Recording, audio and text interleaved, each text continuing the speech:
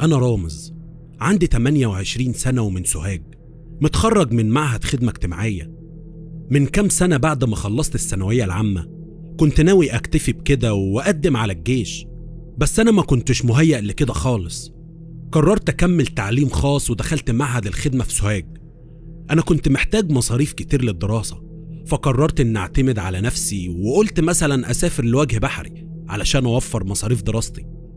بعد ما خلصت أول سنة وبمجرد بداية الأجازة سافرت اسكندرية. ما كنتش أعرف أي حد. نزلت المحطة ومنها على مكان اسمه الحضرة. دخلت قهوة على اسم صاحبها، أو يعني مشهورة باسم قهوة كرم. بمجرد ما دخلت وقلت السلام عليكم ورحمة الله وبركاته، كل اللي موجودين ردوا عليا السلام. مشيت ناحية شخص قاعد على مكتب آخر القهوة وسألته لو سمحت عايز خالد الرفاعي. رد عليا وقال لي عايزه في ايه؟ قلت له انا لسه جاي من البلد واول مرة انزل هنا، فاولاد الحلال دلوني على خالد، قالوا لي ان عنده سكن كويس للعزاب بس كده وانا عايز اسكن عنده. رد عليا وقال لي وانت جاي اسكندرية ليه؟ قلت له هكون جاي ليه يعني؟ جاي اشتغل. قال لي وانت لسه هتدور على شغل ولا عارف حد؟ قلت له انا عارف واحد وهنزل معاه شغل من بكرة بإذن الله، بس للأسف هو ما عندهوش سكن، وهو ده اللي دلني على خالد. لقيته بيقول لي طيب اقعد واستناه هنا على ما تشرب الشاي يكون وصل. هزيت دماغي بالموافقة وقعدت ونزل لي الشاي. مفيش دقايق ولقيت واحد داخل القهوة، نده عليه صاحب القهوة وتوشوشه شوية. بعدها الراجل اللي لسه داخل بص عليا كام ثانية كده وجه ناحيتي وقال لي اتفضل يا أستاذ، أنا خالد، انت سألت عليا، خير في حاجة؟ قمت من مكاني سلمت عليه وقلت له أنا لسه واصل من الصعيد وعايز أسكن عندك، لو في مكان متوفر يعني، ويا ريت على طول علشان جاي إن السفر هلكان. لقيته بيقول لي بالراحة عليا يا أستاذ، مش لما أعرفك الأول وأعرف مين دلك عليا؟ هي مش سايبة كده. قلت له يا أستاذ خالد، يا أستاذ خالد مش مستاهلة كل ده، ولو حابب تصور بطاقتي وتخليها معاك أنا ما عنديش مانع. قال لي وهو بيبتسم ما تقلقش، ما هو ده اللي هيحصل. بعدها قال لي على شقة فاضية ما فيهاش غير شخص واحد. أنا بصراحة من جوايا فرحت، لأني أساسا شخص ما بيحبش الزحمة، بس برضه ما بينتلوش فرحتي علشان ما يستغلش ويرفع الإيجار.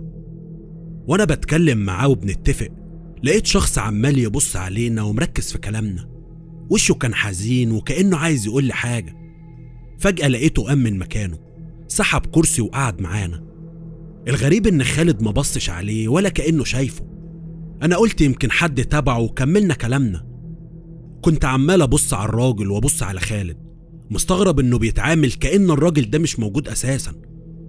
بعدها خالد قام وهو بيقول لي يلا بينا علشان ترتاح، انت شكلك تعبان من السفر. فعلا قمنا وفضلنا نمشي من شارع لشارع، وكان في محلات كتير في طريقنا للشقة. وانا بتفرج على المحلات ما كنتش مركز مع كلام خالد، لان كل ما عيني تيجي على اي زاوية بلاقي الراجل اللي قابلناه في القهوة، تقريبا زي ما يكون بيراقبنا ولا ايه. وصلنا انا وخالد عند عمارة في شارع واسع، كانت عبارة عن 8 ادوار، وتقريبا كل دور بشقة واحدة. مدخلها منظم ومفيهاش اسانسير، ودي كانت مشكلتها معايا. التفت عليا خالد وقال لي معلش بقى الشقة في الدور الخامس. قلت له عادي ولا يهمك، سهلة بإذن الله. واحنا طالعين على السلم سألته هي كل الشقق دي ساكنة؟ ايوه طبعا، كل شقة فيها 10 أفراد. قلت في بالي ومين هيعرف يعيش مع 9 أشخاص غيره؟ وفي عقلي برضه كنت مبسوط ان مفيش معايا غير واحد بس. اتمنيت من ربنا ان محدش يجي معانا تاني خالص. وصلنا الشقة وخالد فتح الباب ودخلنا. الشقة عبارة عن صالة متوسطة، في أوضة على اليمين وأوضة على الشمال. كان موجود ممر على يمين الباب بيودي على المطبخ والحمام. المهم نزل خالد بعد ما اتكلم معايا في شوية تفاصيل وشروط. أنا كنت تعبان ومش قادر، علشان كده مش فاكر أي كلمة من اللي قالها. كنت عمال أهز دماغي كده على أي حاجة يقولها. الشقة حالتها كانت كويسة والدهان فيها جديد. استغربت إن ليه مفيش حد فيها غير شخص واحد، على الرغم إن كل شقة فيها 10. بس ده شيء كان كويس بالنسبة لي، على الأقل لحد دلوقتي. كان عذر خالد لما سألته ليه فاضية قال إنه بيسكن في الشقق، ولما يكمل العدد المطلوب بيبدأ في غيرها، وأنا كنت تاني واحد يجي الشقة دي، ولسه في ناس كتير هتيجي، خصوصا إن إحنا في موسم أجازة واسكندرية معروفة إنها زحمة في الصيف. عموما الشقة ما كانش فيها فرش كتير. دخلت أوضة فاضية ما فيهاش غير سرير صغير، ظبطته كده ورتبته ونمت على السريع لأني كنت مقتول تعب. معرفش عدى قد إيه وأنا نايم، صحيت على حد بيزعق في البلكونة لأنها كانت في الأوضة اللي أنا نايم فيها. طلعت البلكونة لقيت واحد بيتكلم في التليفون، هو ما خدش باله مني ورجعت قعدت على السرير تاني. استنيت لما يخلص علشان اتخانق معاه، أقول له إن لازم يحترم الناس اللي نايمة. عدى مدة مش كبيرة وخلص تليفونه ودخل من البلكونة، بص عليا بابتسامة وأنا كنت ببص عليه بحدة، وقبل ما اتكلم لقيته بيقول لي أنا آسف جدا، شكل صحتك من النوم، والله ما كنت أقصد ولا خدت بالي أساسا إن صوتي عالي. وقتها نسيت غيظي وقلت له ولا يهمك. وقفت سلمت عليه وعرفته بنفسي، أهلا وسهلا أنا رامز شريكك الجديد في السكن. قال لي وأنا هشام. اتعرفنا أكتر على بعض وعرفت إنه موجود هنا من 2 ومنزلش الصعيد. هو ما قاليش السبب وأنا ما سألتوش. هشام ده تقريبا كده عنده 26 سنة، شاب طويل ورفيع. عرفت إنه بيشتغل في سوبر ماركت بالليل. سابني ودخل أوضته وقفل بعدها الباب، ما سمعتلوش أي صوت خالص. طلعت تليفوني علشان اتصل بصاحب الشغل، عايز أبلغه إني مستعد أنزل. طلعت رقمه وبالفعل رنيت عليه. قال له السلام عليكم، عامل ايه يا أستاذ أحمد؟ وعليكم السلام ورحمة الله. الحمد لله يا رامز، الحمد لله على سلامتك. الله يسلمك يا رب. لقيت سكن يا رامز وكله تمام؟ أيوة الحمد لله، لقيت مع خالد اللي انت قلتلي عليه. كويس قوي. بكرة إن شاء الله هتبدأ شغل ولا عايز تستريح شوية؟ لا أريح يا أستاذ أحمد، بكرة إن شاء الله هكون عندك. تمام يا رامز، أنا هبعتلك من عندي حد هيجيلك على قهوة كرم يجيبك على هنا، ما تقلقش المكان مش بعيد. ربنا يبارك لك يا أستاذ أحمد، إن شاء الله بكرة الصبح هستناه على القهوة من النجمة. بعد ما قفلت التليفون سمعت أذان المغرب، قمت خدت دش واتوضيت وصليت. وأنا بصلي حسيت بإحساس غريب قوي، حسيت إن في حد موجود بيتحرك في الشقة بهستيريا. افتكرته هشام فمركزتش قوي علشان يعني ما اطلعش من خشوع الصلاة. لما خلصت رحت أشوف فيه إيه. الغريبة إني ما لقيتش حد في الشقة كلها، يعني هشام مش موجود أساسا. قلت في بالي ده خرج امتى ده؟ إزاي ما حسيتش بيه والباب ما اتفتحش أصلا؟ هو ممكن يكون خرج وأنا بتكلم مع أحمد. ساعتها افتكرت إن كان في حركة وأنا بصلي، قلت يمكن الشيطان بيهيأ لي حاجات علشان يمنعني من دوام الصلاة. استعذت بالله منه وغيرت هدومه ونزلت أتمشى شوية. لما نزلت الشارع لقيت شخص واقف قدام العمارة، وشه مقلوب بالنسبة لي وكأني شفته قبل كده.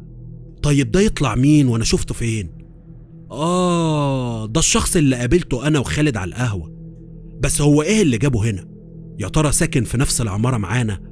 يمكن، ما هو العمارة ساكن فيها عدد كبير برضه. طيب هو بيبصلي بتركيز كده ليه؟ كان في أسئلة كتير عايز أسألها له. بصيت عليه ولسه هتكلم معاه لقيته مشي بسرعة من قدامي. كنت هنادي عليه بس قلت خلاص مرة تانية. فضلت أتمشى وأتفرج على محلات كتير. بعدها دخلت مطعم كلت لقمة، ولما خرجت لقيت نفسي قدام القهوة اللي كنت فيها الصبح. قلت أروح أشرب كوباية شاي تقيلة بعد الأكل. لسه هدخل القهوة لقيت في وشي نفس الشخص اللي قابلته قدام العمارة. كان قاعد جوه ومتابعني من أول ما دخلت القهوة. وقتها اتأكدت إن الراجل ده وراه حكاية وكبيرة كمان. المهم سحبت كرسي، وقبل ما أقعد سلمت عليه واستأذنته إن أقعد على ترابيزته. هو هز راسه بالموافقة. اتكلمت وقلت له هو حضرتك ساكن معانا في العمارة بتاعت خالد الرفاعي؟ لقيته هز دماغه يمين وشمال يعني لأ. قلت له أمال كنت هناك بتعمل إيه قدامها؟ ليك قرايب هناك يعني؟ هو مردش عليا، فقلت له أنا اسمي رامز. وقتها أخيرا اتكلم وقال لي أنا محمد. قلت له مالك يا عم محمد؟ من الصبح وحاسس إن وراك سر كبير، أو مثلا في حاجة عايز تقولها وخايف أو قلقان. قبل ما يتكلم جه القهوجي يشوف طلباتنا، فطلبت منه شاي ليا ولعم محمد، لكن هو رفض. بصيت للقهوجي علشان اقول له كوبايه واحده، ولما مشي بصلي عم محمد كان خلاص قام من مكانه وهو بيقول لي بلاش تسكن في الشقه دي، احسن لك تسيبها. مشي قبل حتى ما رد عليه. كنت مستغرب منه جدا جدا، هو ماله الراجل ده وليه بيقول لي كده؟ قعدت وشربت الشاي ورحت المسجد صليت العشاء. رجعت على الشقة وانا بفكر في كلامه. لما دخلت لقيت حالة سكون غريبة وخنقة، كأن الشقة فيها حاجة مش طبيعية. شغلت النور بتاع الشقة كله، بعدها دخلت لكل مكان فيها. كل شيء كان طبيعي وعادي جدا. طفيت الأنوار ورحت ناحية أوضتي، وهنا المفاجأة. بمجرد ما بفتح الباب عيني لمحت الأوضة مفروشة. كانت مفروشة أوضة نوم كاملة، دولاب وسرير وتسريحة، أوضة نوم مجهزة على أكمل وجه. كل ده ما كانش مشكلة، الغريبة بقى إن في واحدة نايمة على السرير، لكن دي كانت مقتولة، رقبتها مفصولة عن جسمها خالص. اترعبت ورجعت لورا لحد ما وقعت على الأرض. في اللحظة دي لقيت هشام بيطلع من الأوضة بتاعتي، كان عمال يبكي وبيجري ناحية الممر. قمت من مكاني ورحت وراه وانا بنده عليه وبقول له يا هشام، رد عليا يا هشام، انت يا ابني. لكن مردش عليا ولا لقيته اساسا. في ثواني النور اتقطع ورجع مرة واحدة. بعد ما رجعت الكهرباء لقيت كل حاجة زي ما هي. كل اللي جه في بالي وقتها ان بيتهيألي، ايوه تخيلات وهلاوس، ما انا برضو خارج من ضغط امتحانات وتعب سفر. المهم دخلت الأوضة ومددت على السرير، بصيت على السقف وانا بفكر في كل اللي حصل. طبعا ربطت كلام عم محمد مع اللي شفته، وسألت نفسي سؤال واحد، هل ده ليه علاقة ببعض ولا لأ؟ ومن كتر التفكير رحت في سابع نومة. صحيت بالظبط على ميعاد الشغل، نزلت ورحت شغلي، وعلى بعد العصر رجعت لقيت هشام لسه نايم، فقلت هستناه يصحى واتكلم معاه. لما حسيت بحركة عرفت انه صحي. طلعت سلمت عليه وقلت له هو انت جيت امبارح بالليل؟ قال لي لا ما جيتش، لكن بتسأل ليه؟ قلت له ابدا لا مفيش. طيب هو ينفع اسألك عن كام حاجة؟ في راجل كبير بيقعد على قهوة كرم اسمه محمد، تعرفه؟ خلصت جملتي من هنا ولقيته بص عليا مرة واحدة، معرفتش احدد ملامح وشه، كان من عصبية لسرحان لحزن. بعدها قال لي اعرفه، الله يرحمه. كمل وقال لي بس انت تعرفه منين وانت لسه جاي المنطقة امبارح؟ قلت له الله يرحم مين يا عم، ده انا لسه مقابله امبارح على القهوة، شكلك كده بتتكلم على حد تاني. لقيته حرك كتفه كده وقال لي فعلا معاك حق، يمكن حد تاني. بعدها سابني ونزل. انا كمان نزلت بعده، وبمجرد ما وصلت للمدخل شفت عم محمد واقف نفس وقفته بتاعت امبارح، فقلت المرة دي مش هسيبه غير لما اعرف حكايته. اتمشيت ناحيته وانا بقول عامل ايه يا عم محمد؟ هو بص عليا بس مردش. كملت وانا بقول هو ايه حكايتك بقى يا عم، انت عمال بتطاردني ولا عايز مني ايه؟ كمان عايز اعرف مالها الشقة وبتحذرني منها ليه؟ برضه مردش عليا. وقتها في شخص عدى جنبنا، كان بيبصلي باستغراب وانا لسه بتكلم مع عم محمد. وقتها قال مالك يا صاحبي، انت بتكلم نفسك ولا ايه؟ قلت له بكلم نفسي ايه يا عم انت، ما هو الراجل قدامك اهو. ببص ناحية عم محمد ما لقيتهوش، كان فص ملح وداب. طيب ازاي؟ هو راح فين اصلا؟ ده انا كنت لسه بتكلم معاه حالا. الراجل اللي واقف ضرب كف على كف وقال لا حول ولا قوة الا بالله العلي العظيم، ما تبطلوا اللي بتشربوه ده جاتكم القرف. سابني ومشي وهو بيتمتم بكلام مش مسموع. اما انا فكنت هتجنن، كنت ببص يمين وشمال وفوق وتحت زي الهبل، لحد ما لمحت على محل قدامي كاميرا مراقبة. وقتها جات لي فكرة، انا هستأذن صاحبها وراجعها علشان اتأكد. فعلا رحت وقلت له بعد إذنك عايز أراجع الكاميرا علشان في فلوس وقعت مني. هو ما رفضش وشغل لي التسجيل على نفس الوقت اللي أنا حددته. الغريبة بقى إن لقيتني فعلا خارج من مدخل العمارة. مشيت شوية ووقفت في مكان معين، كنت واقف وبحرك إيدي وبتكلم، بس ما كانش في حد قدامي، بمعنى أصح كنت بكلم نفسي. وقتها ما كنتش مصدق اللي شايفه. طيب إزاي بشوف شخص مش موجود أساسا؟ هو شبح يعني؟ سبت صاحب المحل وجريت على قهوة كرم، بس برضه ما لقيتهوش. قعدت على الكرسي عمال أفكر وعيد في المشاهد. ساعتها فهمت هو ليه خالد ما شافوش. كمان القهوجي بص عليا باستغراب لما طلبت 2 شاي. يعني عم محمد طلع عفريت أو شبح؟ من وقتها وبقيت خايف أروح، لحد ما جه نص الليل وأنا قاعد في مكاني، لكن القهوة كانت خلاص هتقفل ولازم أمشي. جمدت قلبي ورحت على الشقة ولسه هفتح الباب، تليفوني رن بنغمة غريبة. طلعت تليفوني وأنا مستغرب هي النغمة المزعجة دي جت تليفوني إزاي. ببص على المتصل لقيت حروف متقطعة شكلها غريب، معرفتش بصراحة أحدد ولا جمع دي أي لغة. رديت ويا دوب بقول ألو. سمعت شخص بيتكلم بصوت مرعب وبيقول: أحسن لك تسيب الشقة، أنت ملكش مكان فيها. أنت مين يا عم وإيه اللي بتقوله ده؟ ألو. بعد ما الخط قطع قلبت في التليفون علشان أرن عليه تاني، بس ما لقيتش في السجل أي مكالمة جاتلي. ما كنتش عارف إزاي ده حصل، ولا برضه عارف أعمل إيه ولا أتصرف إزاي. ما كنتش عارف حتى أفكر. طيب يعني أنا اتكلمت مع مين حالا؟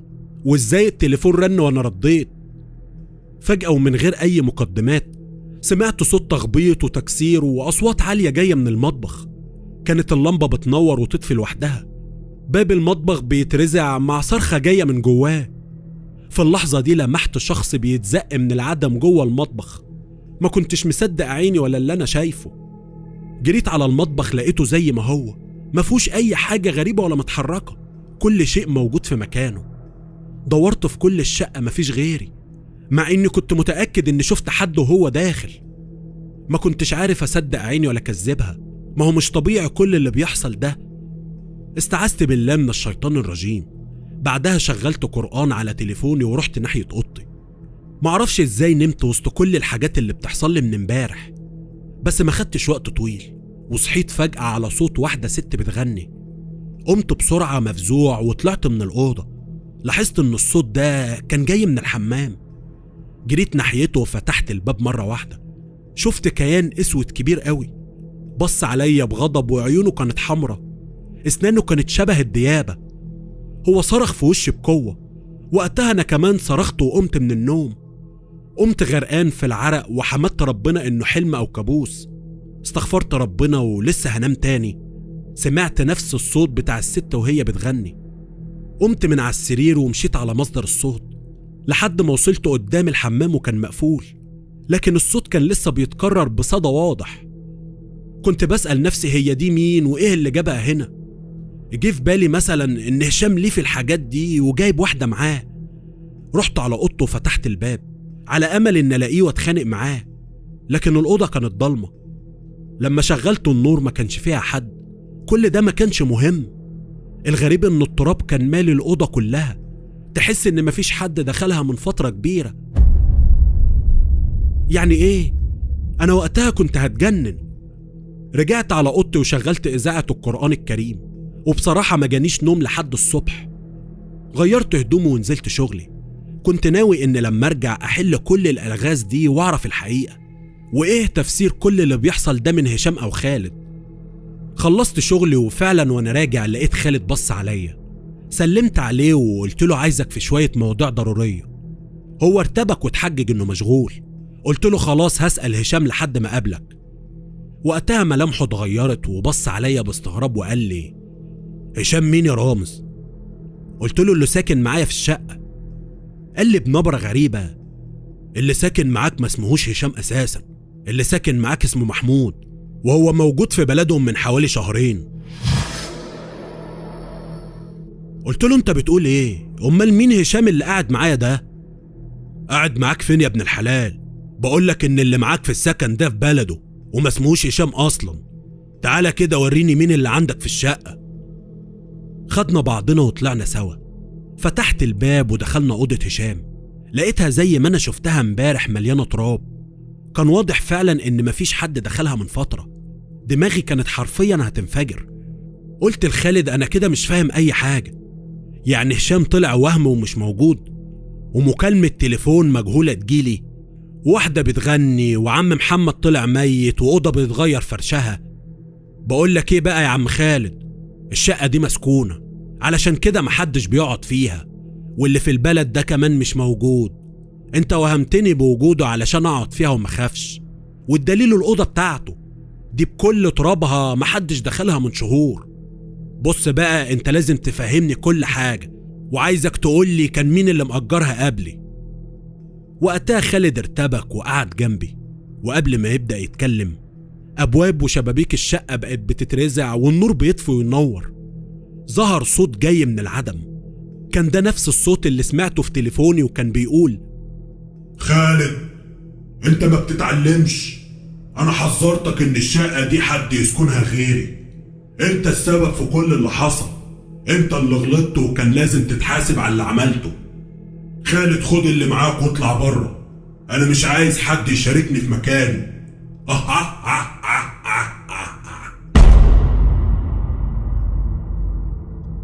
الصوت سكت مرة واحدة وقلبي كان هيقف. وقتها الرعب ظهر على وش خالد. بعدها شدني من ايدي وهو بيجري لتحت وقال لي: ما تصدقش اللي سمعته، كل ده وهم هم اللي عاملينه. قلت له: استنى بس، هم مين دول ومين اللي كان بيتكلم وايه اللي انت عملته؟ خالد مردش عليا وفضلنا نجري. كنا نازلين وحاسين ان في خطوات كتيرة بتلحقنا. لما وصلنا المدخل لقيت عم محمد كان واقف وبيبص علينا وبيضحك. الغريبة ان المرة دي خالد شافه. فضلنا نجري وهو متابعنا بعينه. لما بعدنا كفاية عن العمارة بصيت على خالد وقلت له: كده كفاية بقى يا عم، لازم تحكي لي وتفهمني كل اللي بيحصل، انا مش هسيبك الا لما افهم. وقف خالد وبدأ يتكلم وقال لي: من كام سنة ورثت العمارة دي عن ابويا، كانت لسه شيك وجديدة. قررت اني اسكنها للعائلات وبس، علشان العزاب مشاكلهم كتيرة قوي. وفعلا بدأت التأجير. اول واحد جالي كان اسمه هشام، وطلب انه يأجر مني الشقة. هو كان من اسيوط، كان شاب عنده حوالي 24 ومحترم وملتزم وكويس. كنت اعرفه من فترة قبلها لانه شغال في سوبر ماركت في منطقة جنبنا. ساب بلده وجه هنا علشان يكون نفسه ويتجوز زي باقي الشباب. بصراحة انا وافقت ان اسكنه، خصوصا لما عرفت انه هيتجوز. في يوم وهو في الشغل بقى دخلت عليه بنت علشان تاخد منه شوية حاجات. البنت دي كانت جميلة جدا، اعجب بيها هشام من اول ما شافها. البنت كمان اعجبت بيه علشان هشام وسيم ومحترم. كان اسمها منار. كانت دايما بتتردد على المحل وبتشتري منه علشان بس تشوفه. هو قرر بقى انه يعترف لها بحبه، لكن كان خايف لا تكون مش بتبادله نفس الشعور، بس هي كمان طلعت بتحبه. المهم اتكلموا واتقابلوا كتير، وفي يوم ما بقوش عارفين يستغنوا عن بعض، فقرر هشام انه يتقدم لمنار. بس حصلت حاجة هم ما كانوش متوقعينها، لان ابوها رفض. بعدها اكتئب هشام فترة، وقرر يدوس على قلبه ويرجع لحلمه اللي كان الحب هينسهوله. رجع لحياته الطبيعية وخلاص بدأ يتناسى حبه، لكن منار ما نسيتهوش. جات له المحل وقالت له: انا بحبك يا هشام، ومش متخيلة حياتي من غيرك ابدا. وقتها اتجدد الحب في قلبه، وقرر يواجه كل الصعوبات ويتمسك بيها. رجع من تاني يطلبها من ابوها، وبرضه كان نفس رده ورفضه. هشام ما يقس وحاول تاني وتالت، وكان كل مرة نفس الرد. ولما ابو منار زهق منه بعت له ناس ضربوه جوه المحل وسرقوا جزء من البضاعة والفلوس.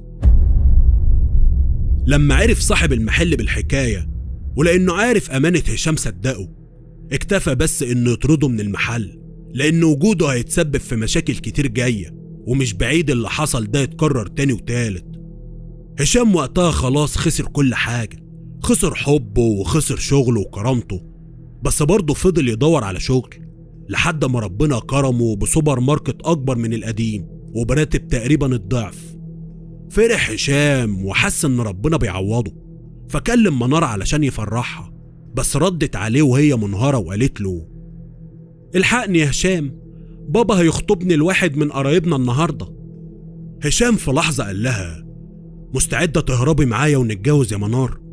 قالت له: ابويا هعمل معاه ايه؟ ده ممكن يقتلني فيها.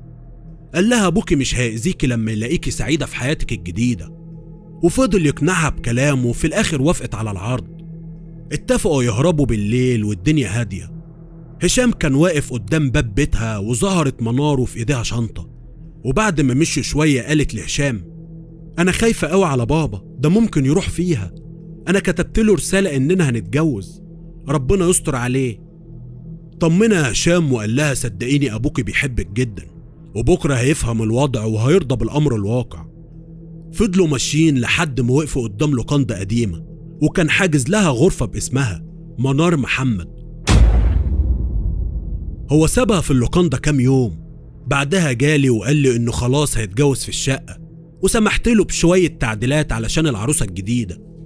هو فعلا بعد فترة جاب منار وكانت كل حاجة طبيعية، لحد ما ظهر شخص اسمه محمد. كان راجل في أواخر الأربعينات كده، كان كل فترة يروح لهشام الشقة ويزعق معاه ويمشي. وقتها الجيران اشتكت منه وكلمتني، اتصلت بهشام وطلبت أقابله. هو ما تأخرش عليا وقابلني. وقتها فهمته إن كده غلط، كل شوية واحد يجي العمارة ويعلي صوته، في عائلات وأطفال وكبار في السن ساكنين. هو اعتذر لي وقال لي: أوعدك إن ده مش هيتكرر تاني، وإنه هيحل المشكلة دي قريب قوي. بعدها بكام يوم وأنا قاعد على القهوة، جالي عم محمد وسلم عليا وعرفني بنفسه. قال لي: ازيك يا خالد، أنا محمد والد منار مرات هشام اللي ساكن عندك في العمارة. قمت من مكاني ورحبت بيه. قال لي إنه أب وخايف على بنته وعايز يطمن عليها، وطلب مني طريقة يدخل بيها الشقة ويعملها لها مفاجأة. أنا والله ما كنتش أعرف نيته ولا ناوي على إيه. قعدت أفكر وقلت له: أنا معايا لكل شقة نسخة من المفتاح للطوارئ، خده وفاجئها براحتك بقى. بعدها ضحكنا وهزرنا، وأنا فرحت لأني ما كنتش أعرف إن الراجل ده هو نفس الراجل اللي بيجي ويزعق. هشام ما قاليش أساسا إن ده حماه. المهم، محمد ده بعد ما بنته هربت وأهله بدأوا يتكلموا عليها، خصوصا اللي كان هيخطبها، هو حس بالعار وساب بيته. فضل يدور عليها كتير قوي، ما سابش مكان في اسكندرية إلا لما دور عليها فيه. من حرقته والعار اللي تسببت له فيه، حلف إن لو شافها يقتلها. ثواني بس يا عم خالد، طيب وهو عارف منين مكان الشقة؟ هقولك. في يوم وهو في محطة الرمل شاف هشام صدفة، مشي وراه لحد ما وصل المنطقة هنا.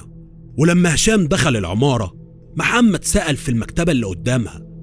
الواد اللي في المكتبة قال له: أيوة ده هشام الصعيدي، عريس جديد وساكن في العمارة دي. رد محمد وقال له: طيب ما تعرفش مراته مين؟ الواد اللي في المكتبة رد عليه بعصبية وقال له: انت بتسأل ليه على مراته؟ اتكل على الله يا راجل يا محترم. خرج محمد من المكتبة وقعد يفكر، طيب ازاي هيتأكد ان مراته تبقى منار ولا لا؟ فقرر انه يطلع ويخبط على الباب، لعل وعاسى هي اللي تفتح له. بس من حسن الحظ ان هشام هو اللي فتح، ولما شافه ارتبك وقال له: نعم في ايه؟ مش فرقت بيني وبين بنتك؟ عايز مننا ايه تاني؟ محمد قال له: انت بتستهبل؟ يعني اللي جوه دي مش منار بنتي؟ هشام رد بعصبية وقال له: بنتك مين يا راجل يا مغبول انت؟ انا معرفش حاجة عنها خالص من ساعة ما انت رفضتني. يلا غور من هنا ومش عايز اشوف وشك تاني. دخل هشام ورزع الباب في وشه. طبعا محمد نزل والنار بتقيد في قلبه، وقرر ان لازم يتأكد هل هشام اتجوز بنته زي ما كتبت له في الرسالة ولا لا. الموضوع ده اتكرر كتير قوي، وفضل عم محمد كل شوية ينط لهم، وهشام كان منبه عليها ما تفتحش الباب لحد طول ما هو غايب. بعدها بقى هشام قرر انه لازم يسيب الشقة، قال يدور على مكان بعيد عن حماه. وفعلا كان كل يوم بيدور، وسألني عن اي شقة في اي منطقة غير هنا. في نفس الوقت ده محمد كان بيراقب العمارة ليل نهار، وكل شوية يطلع لهشام وهشام يطرده. في يوم نزل هشام لشغله ومحمد واقف قدام العمارة، وبعد ساعة تقريبا نزلت منار تجيب شوية حاجات. وقتها شافها ابوها واتأكد ان هشام بيكذب عليه.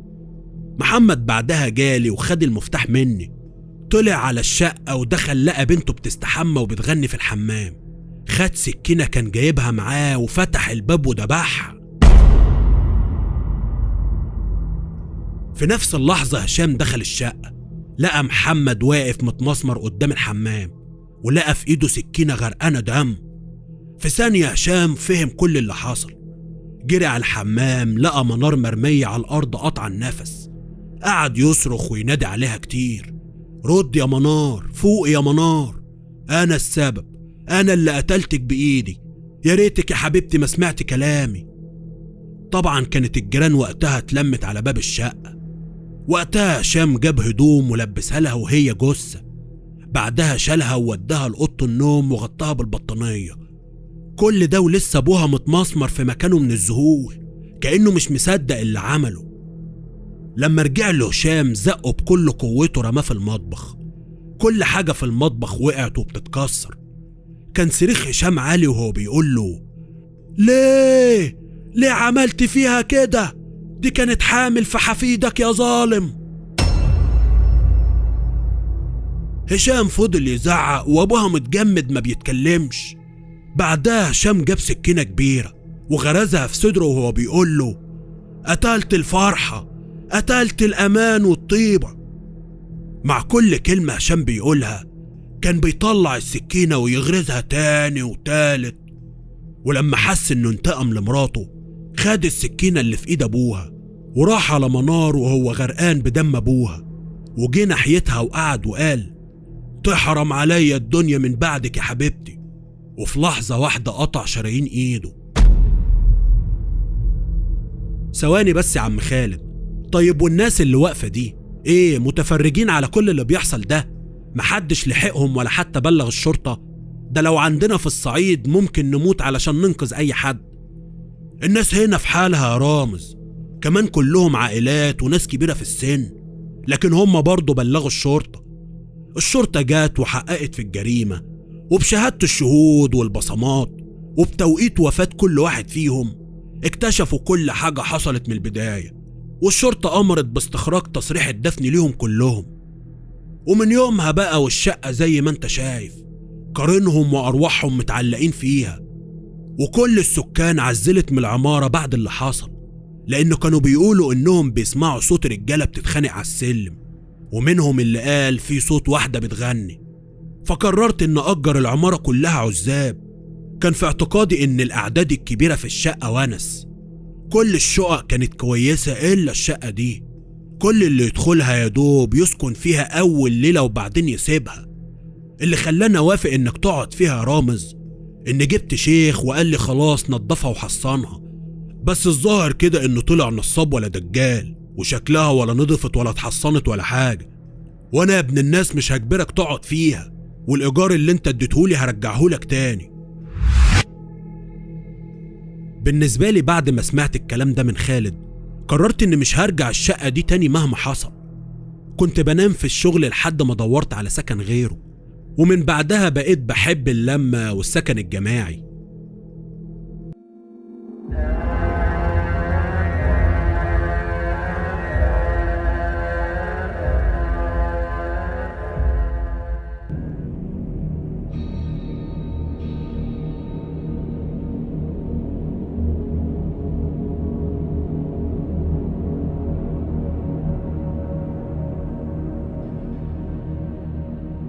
أنا أحمد الصاوي، شاب عندي 30 سنة، متخرج من كلية تجارة جامعة اسكندرية.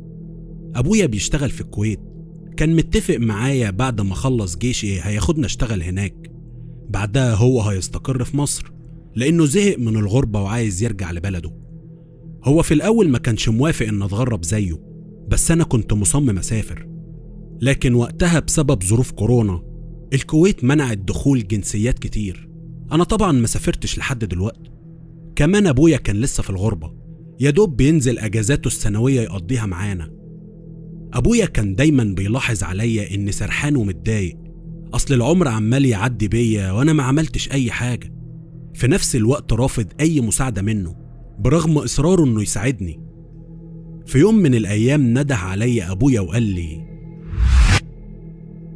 أحمد يا ابني، أنا عارف إنك متضايق ومخنوق، وعارف إن في ملل في حياتك ومش مبسوط. رديت عليه وأنا فعلا محبط وقلت له: والله يا بابا أنا مش عارف إمتى الأمور هتتظبط معايا، من ساعة ما اتخرجت وخلصت الجيش وكل يوم أسوأ من اللي قبله. نفسي أريحك وخليك تسيب غربتك وتستقر وسطنا بقى.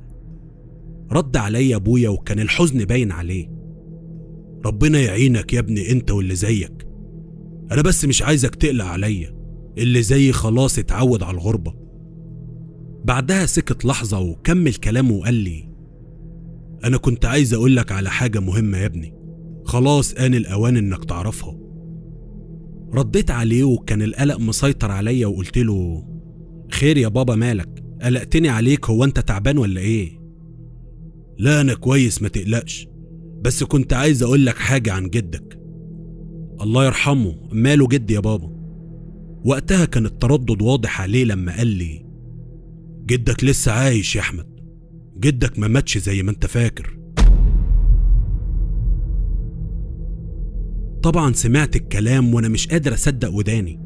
رديت وكان الاستغراب عنواني: انت بتقول ايه يا حاج؟ يعني ايه جدي لسه عايش؟ طيب ازاي حاجة زي دي تخبيها علينا طول الوقت ده؟ وليه اساسا فهمتنا انه مات من زمان؟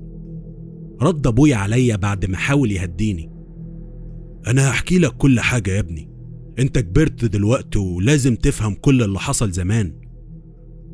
سكت للحظة يمكن علشان يتمالك هو نفسه ويقدر يحكي. بعدها كمل كلامه وقال لي: احنا من الصعيد يا ولدي، من محافظة سوهاج بالتحديد. كنا عايشين في بيت قديم انا واخويا الصغير وابويا وامي. حالتنا المادية ما كانتش كويسة، يمكن كنا على جد الحال زي ما بيقولوا. وانا عمري حوالي 20 سنة صحيت من النوم على صريخ امي وهي بتنده: يا علي يا علي.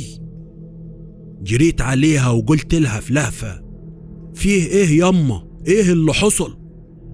قالت لي: اخوك علي مش موجود في الدار، قلبت عليه المكان حتة حتة مفيش فايدة، برضك مش لاقياه. جيت اخرج علشان ادور عليه بره، لقيت ابويا داخل وهو بياخد نفسه بالعافية وبيقول لي: مش لاقيه في اي حتة في البلد، قلبت عليه الدنيا كلها وبرضك مش لاقيه. طلعت من البيت وانا عمال اجري زي المجنون ادور على اخويا علي. وقتها كان عنده حوالي 6 سنين، اصله جه متأخر بعد ما انا جيت بكتير، علشان كده علاقتي بيه ما كانتش علاقة اخ باخوه، ده انا كنت بحسه ابني. علي كان اختفى في ظروف غامضة، دورنا عليه كتير وملهوش اي اثر. امي من الزعل تعبت ورجدت في السرير، ومن جهرتها المستمرة عليه ماتت الله يرحمها. فضي علينا البيت انا وابويا، الحزن ملا حيطان الدار ومحدش بيتكلم مع التاني. قررت وقتها اسافر ليبيا زي صحابي، وقلت لابويا. في الاول كان رافض بس انا اقنعته ووافق. بعدها سافرت على ليبيا وكنت بتغرب وابعت لابويا جواب وفلوس، دايما ما كنتش بلاقي منه اي رد. كل ما حد يجي من البلد كنت بسأله عليه، ما كانش كلامهم بيريحني، اللي يقول لي ابوك كويس، واللي يقول لي ما شفتهوش، واللي يقول لي عزل من البيت بتاعكو. عدت سنين وقلت انزل لان ابويا كان وحشني قوي. لما وصلت بيتنا لقيته اتهد ومبني مكانه قصر.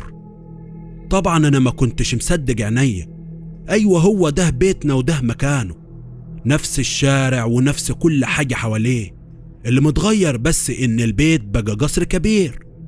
طيب كيف؟ معقول ابويا يكون بنى القصر بالفلوس اللي كنت ببعتها له؟ بس لا طبعا، دي فلوس حتى ما تجيبش تمن بوابة القصر. خبطت على الباب وكان جوايا احساس بالخوف والقلق عليه، لكن لما الباب اتفتح احساس القلق راح وجه مكانه احساس تاني خالص. أنا لقيت أبويا قدامي وكان شكله مفاجأة كبيرة بالنسبة لي. لقيت شكله صغر ولا 20 سنة. طبعا خدته بالحضن ودخلنا جوه القصر. كان ما شاء الله ديكورات وفرش وتشطيب، كان باين إن البيت مصروف عليه جامد. طبعا كان لازم أسأله عن سبب التغيير ده كله، وقلت له: إيه يا حاج التغيير ده كله؟ كيف أساسا بقى عندك القصر ده؟ منين؟ ولسه بتكلم لقيت واحدة طلعت من جوه سلمت عليا. كان واضح الاستغراب والدهشة هيفضلوا معايا شويتين، وطبيعي إن سألته مين دي. قال لي: دي مرتي. قلت له: إيه يا أبويا أنت كمان اتجوزت؟ ومنين كل ده يا حاج؟ أكيد مش من اللي كنت ببعتهولك كل شهر. لقيته ضحك بصوت عالي وقال لي: أنا ما وصلنيش منك حاجة يا حسن. على كل الحمد لله على سلامتك، نورت بيتك ومطرحك. لكن من اللي أنا شايفه إنه مهتمش كيف إن جواباتي ما بتوصلش. بس لقيته بص عليا وقال: ما تحترش وتفكر كتير، أنا وارثت عمك وده كان راجل غني قوي قوي. قلت له: عمي إيه يابا؟ من إمتى وأنا ليا عم غني؟ رجع أبويا وقال لي: يا ولد إحنا أساسا من عيلة غنية، وأنا اللي كنت مقاطعه بسبب الورث، ولما مات ما كانش له حد غيرنا، والحاج أخيرا رجع لأصحابه. وقتها أنا صدقت أبويا وكنت فرحان جدا باللي وصلنا له. بعدها قررت أنا كمان أتجوز، وولاد الحلال دلوني على أمك يا أحمد. اتجوزتها وبعد كم شهر طلعت حامل فيك. فرحنا قوي وأبويا كان فرحان بطريقة غريبة. قلت يمكن علشان نفسه يشوف حفيده ويعوضه عن علي أخويا اللي محدش يعرف هو فين لحد دلوقتي، خصوصا ان مرت ابويا طلعت مش بتخلف.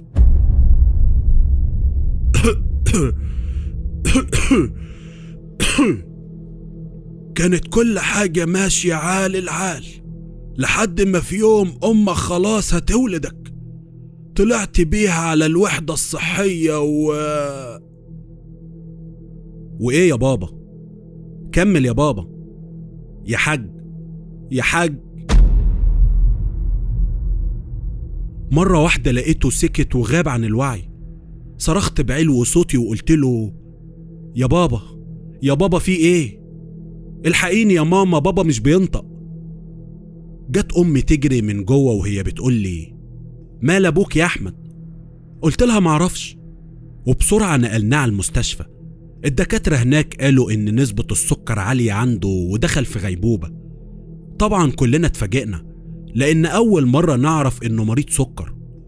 دخلت أمي عليه ودخلت وراها وكلنا بنبكي. هديت أمي وقلت لها: ما تقلقيش يا ماما، إن شاء الله هيقوم منها على خير، أنا عايزك بس تدعيله. ردت عليا بين دموعها وقالت لي: يا رب يا ابني يا رب، ادعي لأبوك يا أحمد، ده بيحبك قوي. قلت لها: وأنا كمان بحبه والله يا ماما. وقتها فضلت أبكي أنا كمان من الخوف عليه. بعدها دخلت علينا الممرضة وقالت لنا: لو سمحت الزيارة ممنوعة على المريض في الوقت الحالي. بعدها رحت للدكتور أعرف منه حالة أبويا بالظبط. هو طمني عليه وقال لي: أمر طبيعي إنه يدخل في غيبوبة، دي مضاعفات السكر، بس عايزك تطمن إن شاء الله مش هيطول في الغيبوبة دي. رحت لأم أطمنها يمكن تهدى شوية وتبطل بكى، وطلبت منها تروح ترتاح وأنا هفضل معاه، لكن هي رفضت وقالت لي: مش هروح غير وابوك في ايدي يا احمد. قلت لها: الدكتور قال ان ممكن ياخد يوم او اسبوع او شهر، ويمكن اطول من كده كمان، محدش يعرف غير ربنا هيفضل كده لحد امتى. ردت وهي لسه بتبكي وكانت مصممة وقالت لي: ولو هيفضل هنا سنة مش هروح غير وهو معايا. جت الممرضة وقالت لها: يا حاجة ملوش لزوم وجودكم هنا، المستشفى مجهزة على أكمل وجه، وإحنا مش مقصرين مع أي مريض. روحوا ارتاحوا وبكرة الصبح وتعالوا، يمكن يكون فاق إن شاء الله. بعدها قلت لأمي: يلا بينا الله يرضى عليكي، على الأقل علشان إخواتي اللي سايبينهم في البيت لوحدهم. وافقت أمي أخيرا ورجعنا البيت.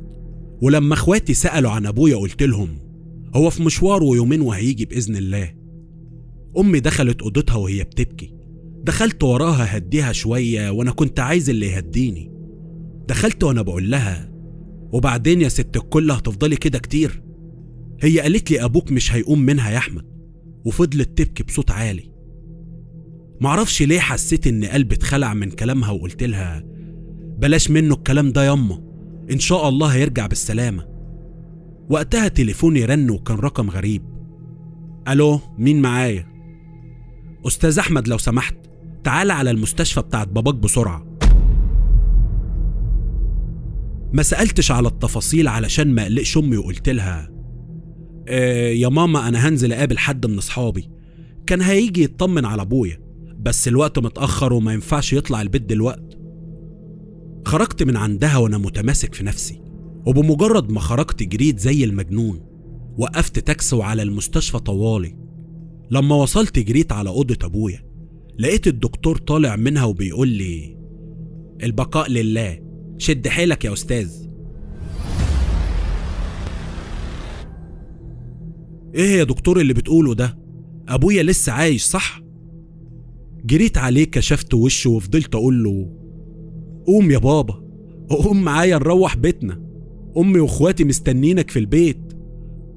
أنا ما كنتش متخيل إني هقف في عزا أبويا بدري كده، واقف مصدوم ومش مصدق نفسي. ده لسه كان بيتكلم معايا امبارح، النهاردة أقف في عزاه. خلصت العزا وطلعت لأمي، كانت حالتها صعبة جدا. لقيتها حضن إخواتي وعمالة تبكي. قعدت جنبهم طبطبت عليها. هي بصت عليا وقالت لي بحسرة: أبوك راح يا أحمد، أبوك سابنا ومشي. قلت لها: يا ماما ده عمره، الله يرحمه. سبتها ودخلت أوضتي. قعدت على المكتب وطلعت من تليفوني صورة كنت أنا وهو متصورينها من يومين. بكيت ودموعي غرقت التليفون. فضلت أكلم أبويا في الصورة وقلت له: مشيت يا بابا وسبتني، هتوحشني يا أطيب خلق الله. رجعت دماغي لورا وبصيت على السقف. افتكرت أول يوم وهو بيوديني المدرسة والفرحة مالية عينيه. افتكرت لمتنا أنا وهو وأمي وإخواتي، فرحتنا لما كان ينزل أجازة ونجري عليه نحضنه. رجعت اتكلمت تاني مع الصورة وقلت لها: مين السند بعدك يا بابا؟ مين هيحس بينا؟ ملحقناش نشبع منك ولا انت شبعت مننا. غربتك سرقت أيامنا معاك يا حبيبي. حطيت وشي بين ايديا على المكتب وفضلت أبكي. دخلت عليا أمي وحطت ايديها على كتفي وقالت لي: وبعدين يا أحمد، مين فينا اللي هيصبر التاني؟ بس أنا عارفة إنك أكتر واحد موت أبوك مأثر فيك، بس يا ابني إحنا ملناش حد دلوقتي بعد ربنا غيرك. رديت عليها وأنا دموعي مغرقة وشي وقلت لها: سندي راح وظهري انقسم يا ماما. قالت لي: ما تقولش كده يا ابني، صحيح أبوك ربنا يرحمه لكن ساب لنا راجل. بعد فترة من وفاة أبويا بدأت أرجع لحياتي الطبيعية ولغيت فكرة السفر من دماغي تماما. ما هو هسيب أمي وإخواتي لمين؟ قدمت على وظيفة في كذا بنك والحمد لله اتقبلت في واحد منهم وبدأت شغلي. حاولت ما اخليش إخواتي يحسوا بأي حرمان. كنت دايما بحاول أكون ليهم الأب اللي اتحرموا منه وهم لسه صغيرين. عدت سنة وبدأت تجيلي كوابيس غريبة كانت بتقومني مفزوع من أحلى نومة. كنت دايما بشوف أبويا بيجري وهو شايل طفل على إيده، كان بيجري في أرض زراعية والدنيا ضلمة. اتكرر الحلم ده كتير جدا لدرجة إن اقتنعت إن أبويا الله يرحمه عايزني أدور ورا كلامه اللي ما كملهوش. في يوم رجعت من الشغل بدري، أمي كانت قاعدة في الصالة بتقرأ في المصحف. لما شافتني قعدت جنبها قالت: صدق الله العظيم، وقفلت المصحف وقالت لي: الحمد لله على سلامتك يا أحمد، أحضر لك تتغدى؟ قلت لها: لا يا ماما، أنا أكلت قبل ما أجي. أمال إخواتي فين؟ قالت لي: إخواتك عند خالتهم، هم بيحبوها وبيحبوا يلعبوا مع ولادها. بصراحة أنا لقيتها فرصة كويسة إنها لوحدها وقلت لها: كنت عايزة أتكلم معاكي في حاجة مهمة. أبويا قبل ما يتوفى قال إن جدي لسه عايش وإن إحنا أصلا من الصعيد ولينا عيلة كبيرة. أول ما قلت كلامي ده حسيت إن وشها ملامحه اتغيرت وقالت لي: أبوك جالك كده يا أحمد؟ وما جالكش ليه إحنا سيبنا بلدنا وجينا هربانين في نصاص الليالي؟ كان أبوك شايلك وإنت حتة لحمة حمرا، بنجري بيك وسط الأرض الزراعية لحد ما رجلينا جابتنا هنا. وقتها سرحت في طريقة كلامها وطريقة كلام أبويا قبل ما يموت، وافتكرت برضو الكابوس لما شفت إن أنا اللي كنت على إيديه. قلت لها وهربتوا ليه يا ماما ومن مين؟ وجدي إزاي سابكم السنين دي كلها وما دورش عليكم؟ قالت لي وهي بتتحرك من مكانها علشان تدخل المطبخ: جدك هو السبب في كل ده. واسكت يا أحمد، اسكت، مش عايز افتكر حاجة يا ابني، ما توجعش قلب، الله يرضى عليك. سكت ومرضتش اتكلم معاها كتير. بعدها رحت لخالتي علشان قررت انزل البلد، انا هدور على جدي وافهم فيه ايه بالظبط. خالتي لما طلبت منها عنوان جدي اديتهولي. كمان طلبت منها ان امي ما تعرفش مراعاة لظروفها الصحية. رجعت البيت وقلت لامي هغيب اسبوع مأمورية بخصوص الشغل. رحت على محطة القطر وحجزت تذكرة للبلد. ركبت القطر وكانت رحلة طويلة. بدأت الرحلة وانا مش عارف ايه اللي جاي. كنت شوية بقرأ قرآن وشوية بفكر في كلام ابويا، غير اني بدأت اقلق على امي واخواتي. دي كانت اول مرة ابعد عنهم في حياتي. اتصلت بيها واطمنت عليها وطمنتها عليا. بدأ القطر يعدي على محافظات الصعيد بجمالها. ايه الخضرة والزرع ده؟ كانت اول مرة اشوف اراضي بمساحة كبيرة كده. الصعيد ده ليه حقيقي جو خاص، هدوء وسكينة ما تتوصفش. فتحت شباك القطر اشم ريحة الجو ولسعة البرد. اول مرة احس براحة كده. عدينا المنيا وعدينا اسيوط وخلاص داخلين على سوهاج، داخل على المجهول. عمال افكر هقابل جد ازاي؟ طيب هل هيعرفني اساسا ولا لا؟ 100 سؤال في دماغي ملهمش اجابة. فقت على صوت واحد بيكلم واحد جنبه وبيقول: احنا خلاص داخلين على محطة سوهاج. سألت الشخص اللي اتكلم ده وقلت له: لو سمحت، انا لو عايز اروح جرجة انزل هنا ولا فين؟ رد عليا بلهجته الصعيدية وقال لي: بص يا ابو عمو، انت ما تنزلش هنا علشان هيبقى مشوار عليك. انت خليك في القطر شوية لحد ما تلاقي محطة جرجة. حمد لله على سلامتك يا ود عمي، نورت الصعيد. لما وصل القطر نزلت وخرجت بره المحطة. كانت الساعة تقريبا 10 الصبح. شاورت التاكسي وقلت للسواق: لو سمحت انا عايز اروح نجع الغباشي، بيت الحاج عبد العليم الصاوي. ركبت معاه ووصلني لحد البيت. لما نزلت سألت على جدي، بس كل اللي اسأله ما يردش ويسيبني ويمشي.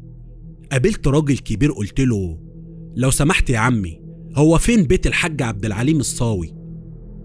وانت بتسأل عليه ليه يا ولدي؟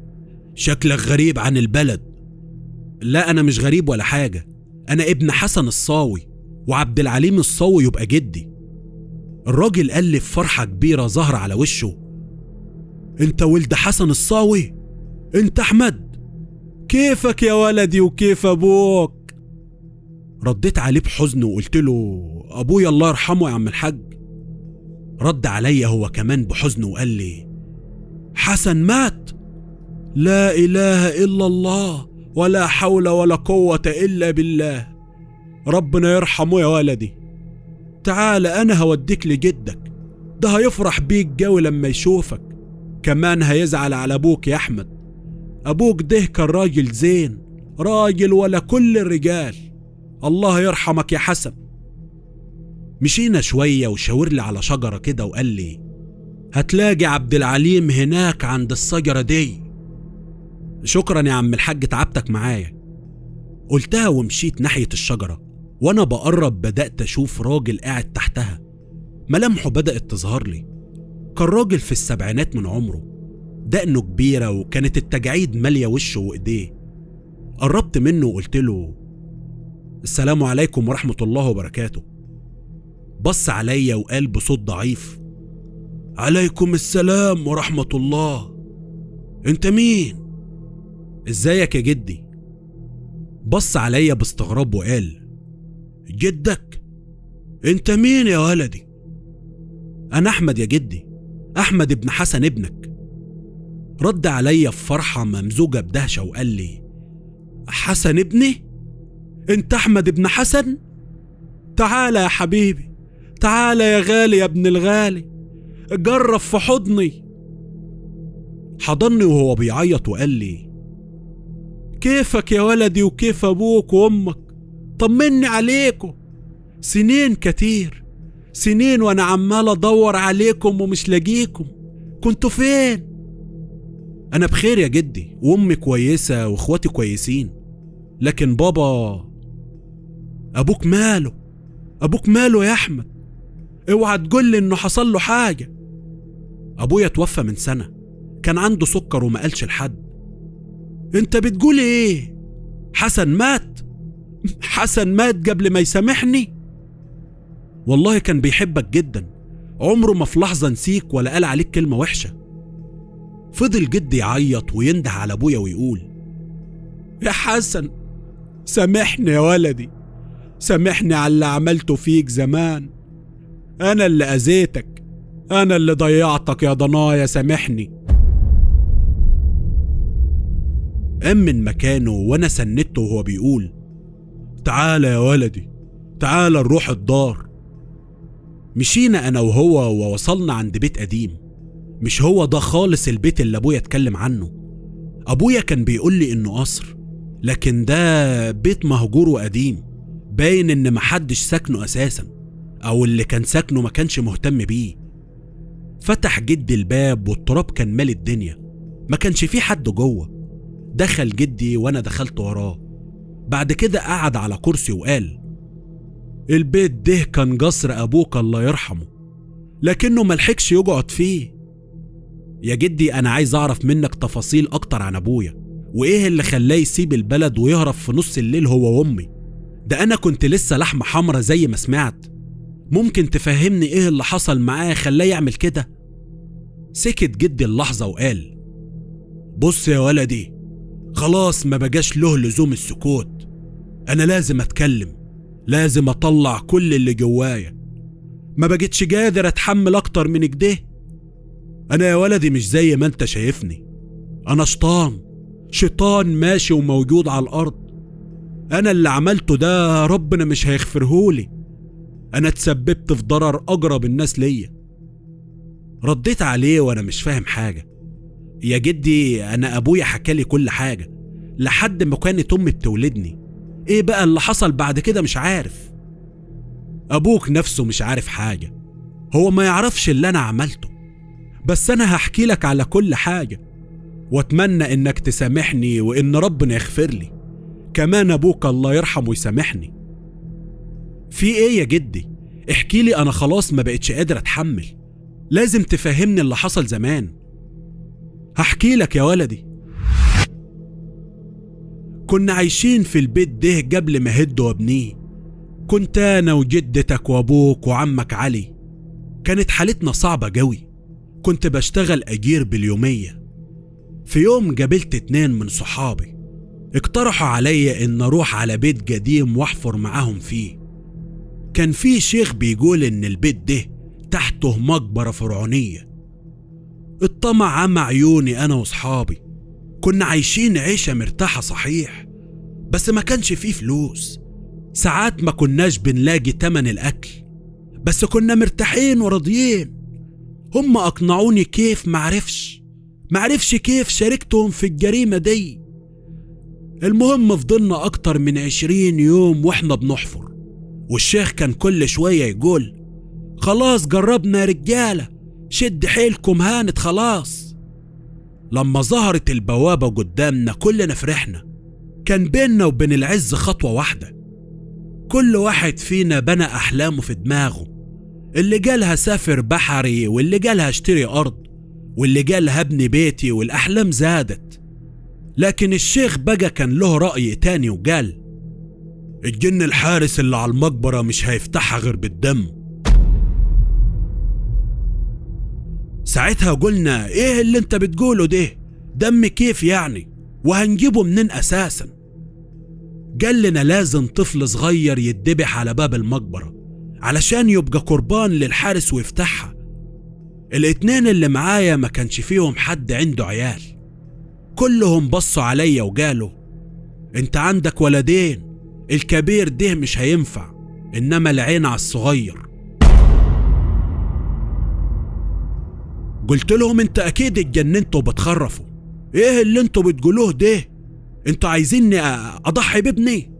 تغور الفلوس من وشكم، انا مش عاوز حاجة. يومها سبتهم ومشيت من غير كلام، بس هم ضغطوا عليا كتير، ومش هم بس يا ولدي، الشيطان كان معاهم وتملك مني. اقنعوني ان سهل اخلف غيره، وان بالفلوس ممكن اتجوز مرة واتنين وتلاتة. وقتها الطمع عماني، واتفقت على يوم معين الشيخ هو اللي يحدده، على ان هو ده اليوم اللي هيتذبح فيه علي. الصبح بدري صحيت الواد وخدته على البيت المهجور. هما كانوا هناك مستنيني، والله قلبي كان بيتقطع على ضنايا، لكن ما قدرتش اعمل حاجة، كنت متكتف.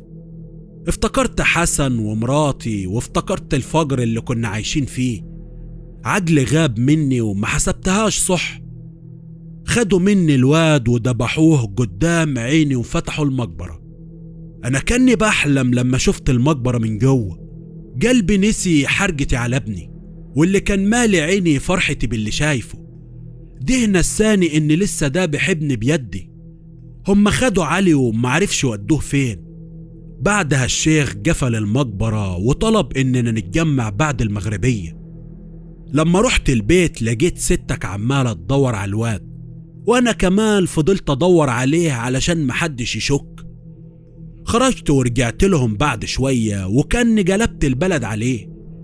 صدقني وقتها ما كانش فيه اي لحظة ندم، الطمع هو اللي كان مالي عيني وقلبي. لما ابوك حسن كان بيدور عليه، قلبي فضل ساكت وانا شايفهم بيتقطعوا على الواد وانا بتفرج عليهم. ولما عدت الايام كنا احنا خلاص بلغنا الشرطة. هم ما عرفوش يلاقوا علي ولا حتى جدته. جدتك حزنت قوي لانها كانت متعلقة بيه، تعبت وصابها المرض وما عداش وقت وماتت. والله يا ولدي كل ده ما أثرش فيا، ولا كأن اللي شايفهم بيموتوا واحد ورا التاني دول أهلي. وقتها أبوك طلب مني يسافر ليبيا. أنا فرحت ووافقت على سفره، وإنه هيمشي خلاص ويسيبني، لأني كنت هعرف وقتها ألاقي طريقة أطلع بيها المال اللي قسمناه على بعض. فعلا سافر أبوك، وكل شوية يبعت جواب وفلوس. وكان كل اللي يسافر من البلد عند أبوك كنت بوصيه لو سأل عليا ما تريحوهوش، محدش يقول له أي حاجة عني، ولا تقولوا له إني بنيت قصر ولا إني اتجوزت. بعد 2 رجع أبوك من السفر. في الأول كان مستغرب الحالة اللي أنا وصلت لها والفرق الاجتماعي اللي أنا بقيت فيه. أبوك كان طيب قوي يا أحمد.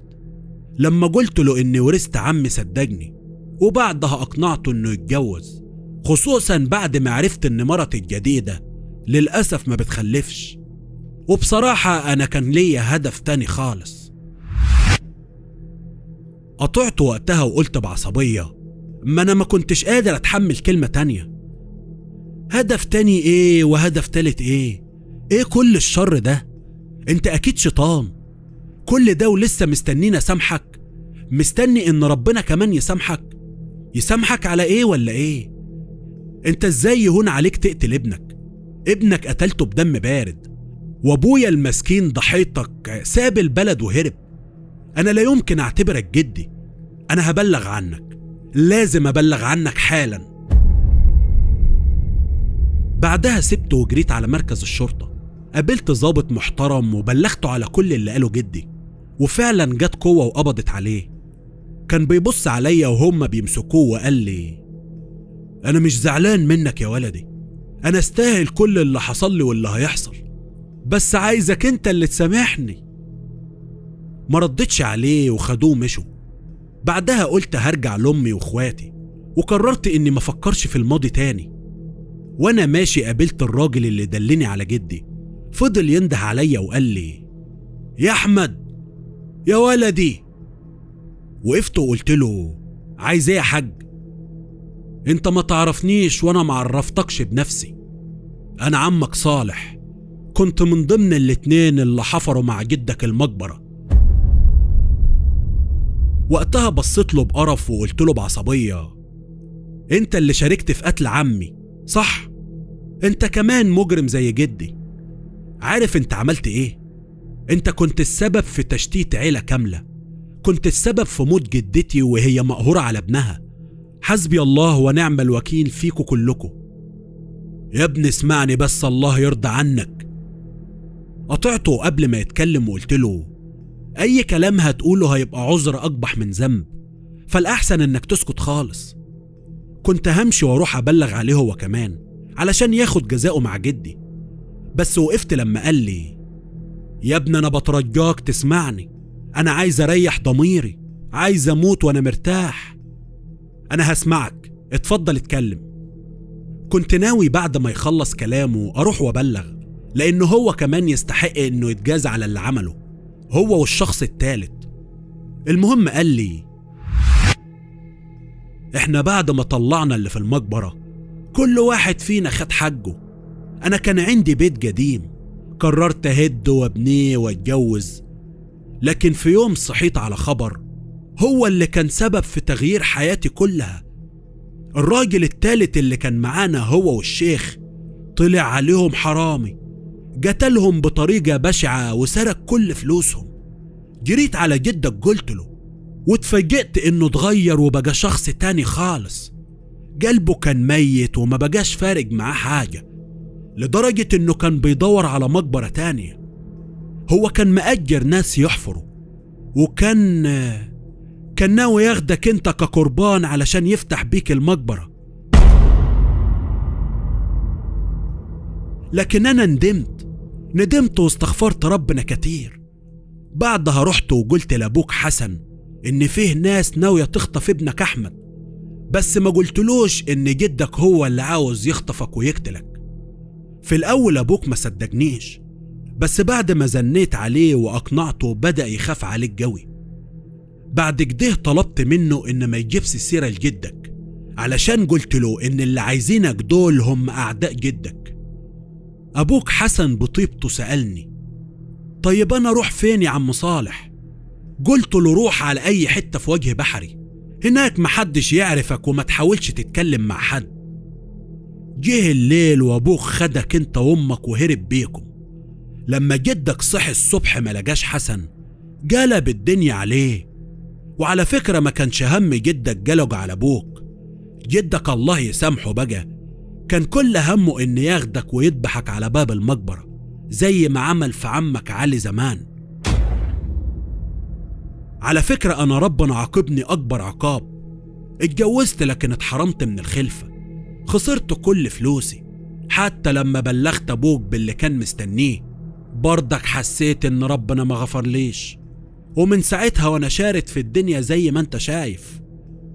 انا هروح يا احمد اقول كل اللي قلته ده في النقطة عندنا، حتى لو عدموني برضك يبقى عملت حاجة اكفر بيها عن ذنبي، وان شاء الله ربنا يغفر لي ويسامحني.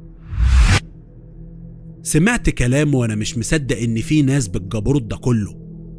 هو سابني ومشي وانا في طريقي للمحطة قلت هعدي على بيت جدي لاخر مرة، عايز ادخل جوه واشم ريحة ابويا فيه. البيت كان مفتوح وقتها، دخلت جوه عمال ابص على كل ركن، وافتكرت كلام ابويا عن البيت اللي سابه قبل ما يمشي. معرفش ايه اللي حصل وخلاه في الخراب ده، هو كده اللي على الحرام دايما بيهد مش بيبني. وانا بتمشى جوه البيت لاحظت وجود اوضة كده ليها باب كبير. بصراحة فضولي خلاني ادخل الاوضة واشوف ايه اللي جواها. حاولت افتح الباب بس كان مقفول، قررت اكسر القفل وادخل. لما كسرت القفل ودخلتها لقيت صندوق كبير وسط الأوضة، لما فتحته لقيته مليان دهب وقطع آثار. في نفس اللحظة رنت عليا أمي وقالت لي: وحشتني يا أحمد، أنا حاسة إن البيت فاضي من بعدك، حاول ما تتأخرش علينا يا ابني، إخواتك كمان بيسألوا عليك كتير. طمنتها عليا وقلت لها: ما تقلقيش يا ماما، إن شاء الله راجع قريب، سلميلي على إخواتي وخلي بالك من نفسك ومنهم. قفلت الخط ورجعت أبص على الصندوق، ما كنتش عارف أعمل إيه، أروح أسلم كل اللي جواه للشرطة ولا كان في صوت جوايا بيقول لي خد كل اللي في الصندوق ليك، وصوت تاني يقول لي لازم اسلم كل حاجة للشرطة. قعدت على الارض فضلت افكر. قلت لا، انا مش هسيب الكنز ده، حقي وحق اخواتي، حق بعدنا عن بلدنا، حق عن غربتنا وحق غربة ابويا، حق ان اخواتي ما شبعوش منه. رجعت كل حاجة مكانها وقفلت الباب وخرجت من البيت. بعد ما اتأكدت ان الباب مقفول كويس طلعت تليفوني ورنيت على واحد من اصحابي. ده كان ابوه ليه سكة في الحاجات دي. اتفقت معاه ان يجيب ابوه يجيلي البلد. يا دوب عدى يوم وكنت قاعد في بيت جدي، تليفوني رن وكان صاحبي بيكلمني. كان بيقول لي انه خلاص هو وابوه وصلوا البلد. خرجت قابلتهم ودخلوا معايا البيت. ابوه شاف الاثار الموجودة وكان في حالة ذهول وقال انا هشتري منك كل الحاجات دي وانت ملكش دعوة، انا هعرف اخرجهم بره البلد بطريقتي. اتفقت على السعر وكان رقم خيالي، ما كنتش احلم بالرقم ده مهما سرحت. رجعت اسكندرية ورحت لأمي، سلمت عليها وعلى اخواتي وقلت لهم احنا هنعزل من الشقة. انا كلمت حد تبعي يشوف لي فيلا كويسة تليق بالوضع الجديد. طبعا امي استغربت طريقة كلامي وسألتني هو انا ليه حاسة ان احمد اللي سافر مش هو احمد اللي قدامي؟ ايه اللي حصل يا ابني؟ طمني عليك، وليه عايزنا نعزل من بيتنا؟ حاولت اطمنها وقلت لها ما تقلقيش يا ماما، انا كويس ومش هنبيع الشقة بتاعتنا لانها من ريحة بابا الله يرحمه. احنا هنروح نسكن في مكان اوسع واحسن وهنخلي الشقة برضو موجودة. قالت لي منين الفلوس دي كلها يا ابني؟ قلت لها ده حقنا يا ماما، حقنا اللي كان ضايع من سنين رجع لنا، ده تمن بعدنا عن بلدنا، انا مش هسيبه لحد ابدا. امي ما اقتنعتش بكلامي وقالت لي لازم تفهمني انت جبت الفلوس دي كلها منين. بصراحة وقتها اضطريت احكي لها عن كل حاجة من الصدمة والغل اللي كان جوايا من جدي. لقيتها ردت عليا وقالت لي اول مرة شجعك على حاجة غلط، خير ما عملت يا ابني، جدك كان غلط ويستاهل اللي جراله. بعدها نقلنا الفيلا الجديدة وفتحت مشاريع، كمان اتجوزت وعشنا حياة سعيدة. الله يرحمك يا بابا، قضيت حياتك كلها متغرب، كان نفسي تفضل عايش وسطنا لكن قدر الله وما شاء فعل، انت اكيد في مكان احسن من هنا بكتير. بس كده يا باشا، دي كل الحكاية.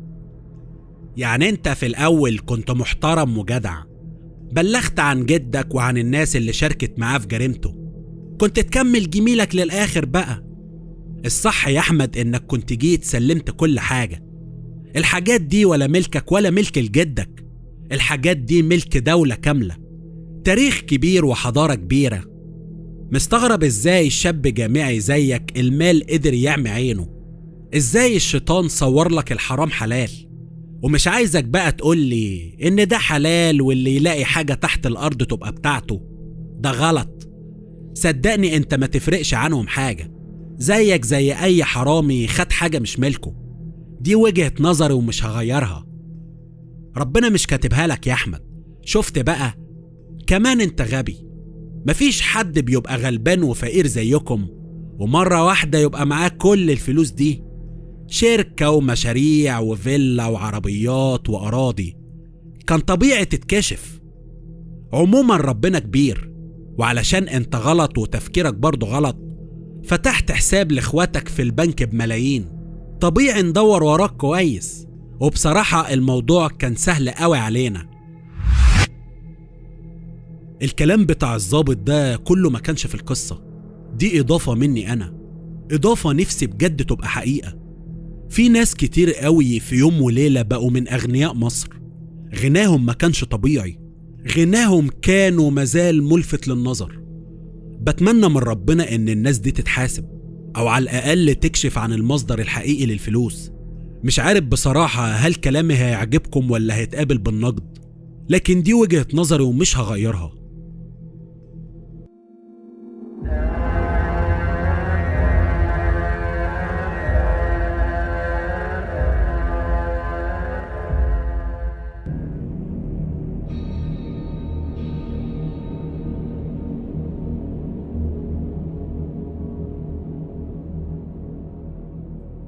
أنا راجح، عندي 40 سنة، اتجوزت من حوالي 10 سنين.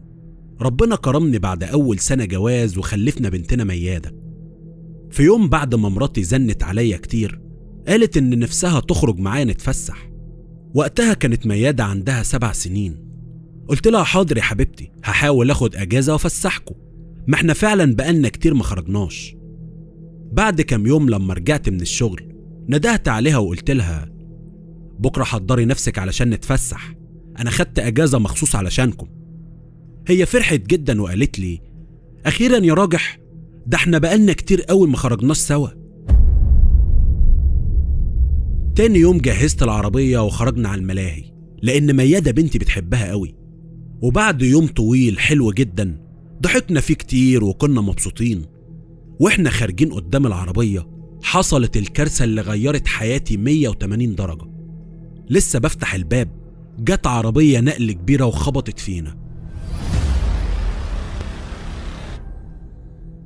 أنا غبت عن الوعي، ولما فقت لقيت نفسي في المستشفى بسأل على مراتي وبنتي بس محدش رد، لحد ما الدكتور دخل وبكل حزن قال لي البقاء لله، مراتك وبنتك تعيش انت، احنا حاولنا كتير نلحقهم لكن إرادة ربنا فوق كل شيء، ادعي لهم وربنا يصبرك.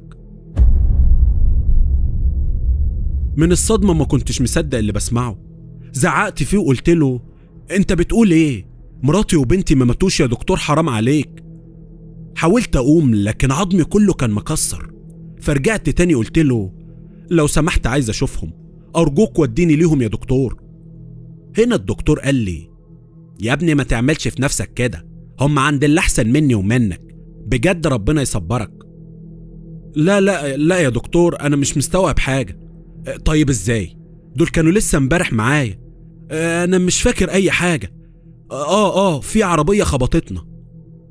هنا رد الدكتور وقال لي امبارح ايه؟ انت هنا بقالك شهر في غيبوبة، قول الحمد لله ان اتكتب لك عمر جديد. بصيت للدكتور بذهول وقلت وكأني في عالم تاني، شهر؟ يعني ايه؟ مراتي وبنتي ماتوا من غير ما اشوفهم، من غير حتى ما اودعهم؟ انا لازم اخرج من هنا حالا. فضلت ابكي وابكي وتقريبا انهارت من العياط. حاول تهدى اكتر من كده لو سمحت، قال الدكتور جملته دي بعد ما اداني حقنة مهدئة. حسيت عيوني مزغللة ورحت في النوم. صحيت معرفش بعد قد ايه، وفضلت انادي على مراتي وبنتي برضه وعايز اشوفهم فين. وقتها وصل الدكتور وقال لي يا ابني انت كده مش هتخف ابدا، حاول تهدي نفسك شوية. انا عارف ان اللي انت فيه ده حاجة مش بسيطة، لكن قدر الله ما شاء فعل. بعد فترة خرجت من المستشفى. اول حاجة عملتها اني رحت المقابر علشان ازورهم. لما وصلت هناك ما كنتش مصدق ان بعد ما كانوا معايا في دنيتي خلاص بقوا تحت التراب. لما وصلت المدافن العيلة تخيلت ان بنتي بتلعب قدامي بنفس براءتها، كأني سامع صوتها وهي بتناديني يا بابا تعال العب معايا. كمان كأني شايف مراتي. يا ريتني مت معاكم. مفيش أصعب من إن يكون لك حد غالي نفسك تشوفه، نفسك تحضنه، نفسك تتكلم معاه، بس هو خلاص ما بقاش في دنيتك. ربنا يرحمكم يا حبايبي، مش عارف بصراحة هكمل حياتي إزاي من غيركم. حطيت إيدي على القبر وقريت لهم الفاتحة، كمان دعيت لهم ودعيت لنفسي ربنا يصبرني. لما روحت البيت وفتحت الباب اتمنيت من ربنا إن اليوم اللي خرجتهم فيه ما كانش جه. مش عارف أعيش وأنا شايفهم في كل ركن في البيت. دخلت الصالون قعدت على الكرسي كأني مستني مراتي تيجي من جوه المطبخ تسألني زي عادتها أعمل لك شاي يا حبيبي ولا إيه. كمان قمت من مكاني ودخلت أوضتي على أمل ألاقي رباب مستنياني جوه. رحت ناحية السرير وقعدت عليه، حطيت دماغي بين إيديا وفضلت أبكي. ما حسيتش بنفسي غير والفجر بيأذن. قمت اتوضيت ونزلت الجامع اللي تحت بيتنا أصلي الفجر. بعدها قريت قرآن لحد الشمس ما طلعت. ما كنتش قادر أرجع البيت وهم مش فيه. كل حاجة في البيت بتفكرني بيهم. حقيقي ما كنتش متخيل إن فراق حد بنحبه بيوجع قوي كده. دست على نفسي ورجعت البيت.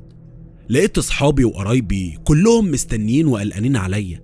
ما هم ما شافونيش من ساعة ما خرجت من المستشفى، كانوا جايين يعزوني ويواسوني ويصبروني. فتحت لهم الشقة وهم عمالين يدعوا ربنا يصبرك، ربنا يعينك. كانت كلها كلمات مواساة. ما صدقت ان هم مشيوا وما كنتش قادر اتحمل حد، والله ما حد حاسس بيا. بعد فترة معرفش عدت عليا ازاي قررت ان لازم ارجع شغلي، لان حالتي كانت بتسوء اكتر وخدت فترة على ما اتأقلمت. عدت فترة كبيرة وكل يوم اسوأ من اللي قبله.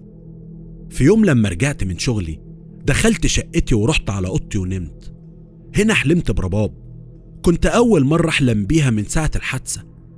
حلمت بيها واقفة في شارع طويل، الدنيا ضلمة وانا شايفها بالعافية، وكل ما اقرب منها تبعد. جريت عليها وفضلت انده بس هي مردتش عليا. بعدها بدأت تتلاشى وتختفي. بعد كده سمعت صوتها ورايا، لفيت بسرعة ولسه هتكلم قطعتني وقالت لي بصوت مكسور: راجح، انت ازاي عارف تنام؟ خلاص اقتنعت ان انا وبنتك متنا قضاء وقدر؟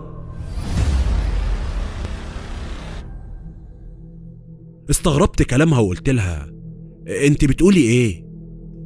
هنا صحيت من النوم مفزوع وبدأت الرؤية توضح لي. كان كلامها عمال يجي ويروح في دماغي. ايوه، انا كنت راكن العربية في مكان صعب جدا ان عربية كبيرة تدخل فينا. ساعتها مشهد الحادثة كله جه في بالي. قمت ورحت ناحية الصالة وشغلت النور. قعدت على الكرسي وانا عمال افكر، معقولة تكون حادثة مدبرة؟ معقول يكون في حد قاصد يموتنا؟ طيب يا ترى مين؟ وايه اللي انا عملته ولا ايه اللي رباب عملته؟ بعدها رحت القسم وطلبت اشوف محضر القضية، وللأسف لقيت انها متأيدة حادثة عادي ومفيش اي شبهة جنائية. كمان سواق النقل هرب ومحدش يعرف عنه حاجة، ولا حد لحق ياخد ارقام العربية. وده بصراحة خلى شكوكي اتأكدت، وقلت لنفسي: لا، انا لازم افهم اللي بيحصل. والله لو طلعت مقصودة ومش حادثة طبيعية، ده انا هقلب الدنيا على اللي قتلهم وحرمني منهم. مش هرحمه وهدفعه تمن كل لحظة عشتها في عذاب. بس يا ترى هتأكد ازاي؟ رحت على شغلي وطلبت اجازة مفتوحة. بعدها قررت اني لازم ادور وابحث بنفسي. رجعت على البيت وفضلت ألف في حاجات رباب. معرفش ايه اللي خلاني افكر في كده، بس حسيت ان ممكن الاقي اي خيط امشي وراه. وانا بقلب لقيت مذكرات بتاعتها. الغريبة اني ما كنتش اعرف قبل كده ان مراتي بتكتب مذكرات. فتحت اول صفحة والدموع مالية عينيا وانا بقرا كلامها. بسم الله الرحمن الرحيم. اليوم هو الموافق الخميس 20/9/2012. انا عمري ما فكرت اكتب مذكرات في حياتي، بس من ساعة ما قابلت راجح وارتحت له حاسة اني عايز اسجل كل لحظة هو في حياتي فيها. كنت عايز اجيب شوية ورق من الجامعة، وده لاني كنت عايز اقدم على شغل. وانا بعدي الشارع قابلت راجح، كان شاب كويس ومحترم. ارتحت له لما سألني على حاجة بخصوص الجامعة، لانه هو كمان كان بيقدم على دراسات عليا. بصراحة انا اعجبت بيه من اول نظرة. كمان بقيت بتعمد اروح الكلية مخصوص علشان اشوفه. احنا اتقابلنا اكتر من مرة. هو كان شخص محترم ومؤدب قوي، صارحني بحبه وانا كمان صارحته. ما كنتش هلاقي شخص احسن منه خالص. كان فيه مميزات اي بنت تتمناها. بعدها طلب عنوان بيتنا علشان يتقدم لي.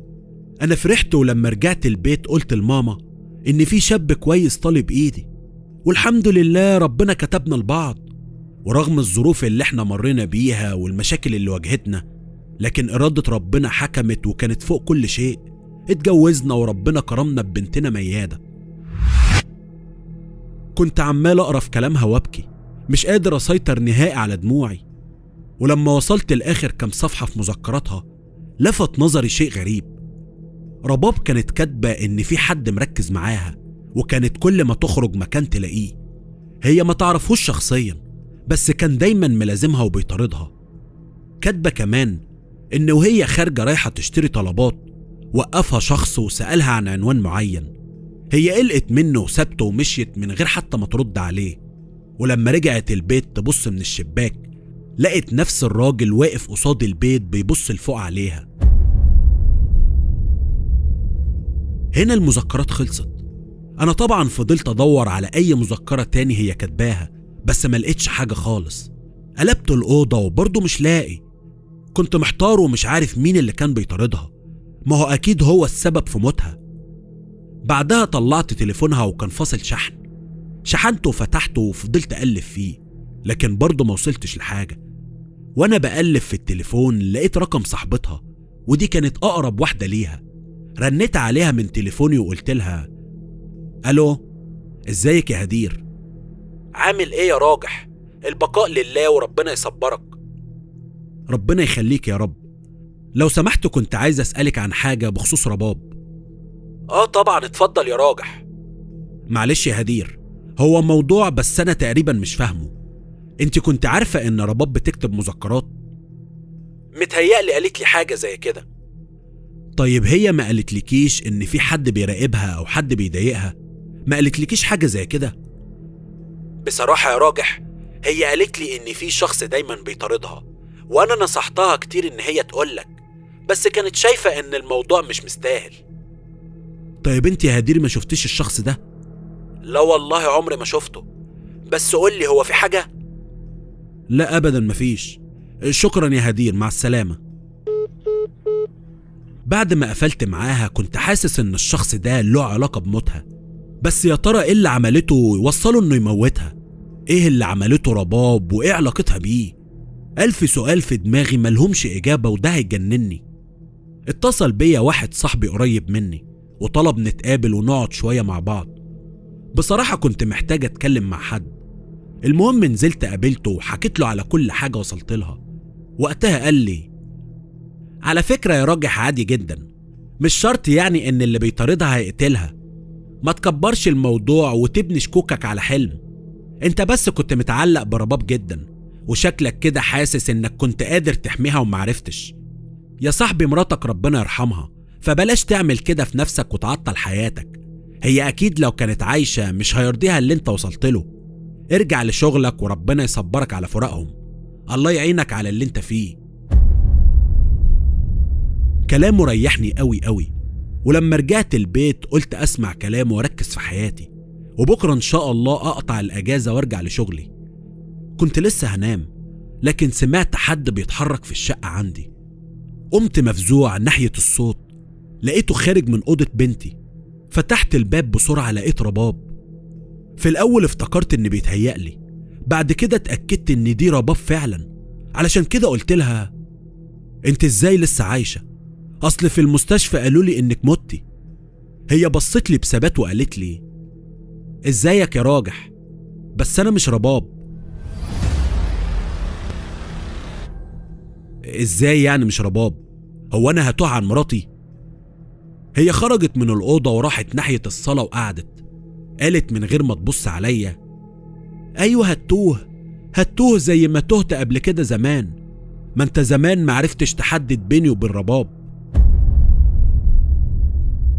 هنا قربت عليها وقلت لها: لا انا مش فاهم انت بتتكلمي عن ايه، ولو انت مش رباب ازاي انتوا الاتنين شبه بعض قوي كده؟ هحكي لك كل حاجة. انا اسمي رانيا، توأم رباب. استغربت كلامها جدا فقلت لها: توأمها ازاي؟ انا اول مرة اشوفك اساسا، كمان اول مرة اعرف ان رباب عندها اخت توأم. عندك حق، بس دي مش اول مرة تشوفني فيها. انت تعرفني كويس زي ما انا اعرفك كويس. يمكن انت ما تعرفش ان رباب ليها اخت اصلا، لانها اكيد ما كانتش هتقولك، ولا بابا كمان كان هيقول. لا ثواني، طيب فهميني ليه خبيته عليا؟ وانت كنت فين لما تقدمت لها؟ انا لا شفتك في فرحنا ولا شفتك عندهم خالص. ما تقلقش يا راجح، انا زي ما قلت لك هحكي لك كل حاجة. الحكاية بدأت لما في يوم وبعد ما اتخرجت قررت ان اشتغل. كنت عايزة اسحب الملف من الجامعة، وانا بعدي الشارع قابلتك. وقتها حسيت بارتياح ناحيتك على طول، ولما جيت كلمتني انا كنت فرحانة قوي. معرفش ليه اتشدت لك بالسرعة دي. المهم لما دخلت الكلية شفتك وانت مش واخد بالك. وقتها خدت لك صورة على موبايلي وانا مروحة طول الطريق ببص عليها. كنت مبسوطة بالصورة جدا، وحكيت لاختي رباب عنك ووريتها الصورة. وقتها قالت لي: ايه يا رانيا، بقى هو ده اللي انت طالعه بيه السما؟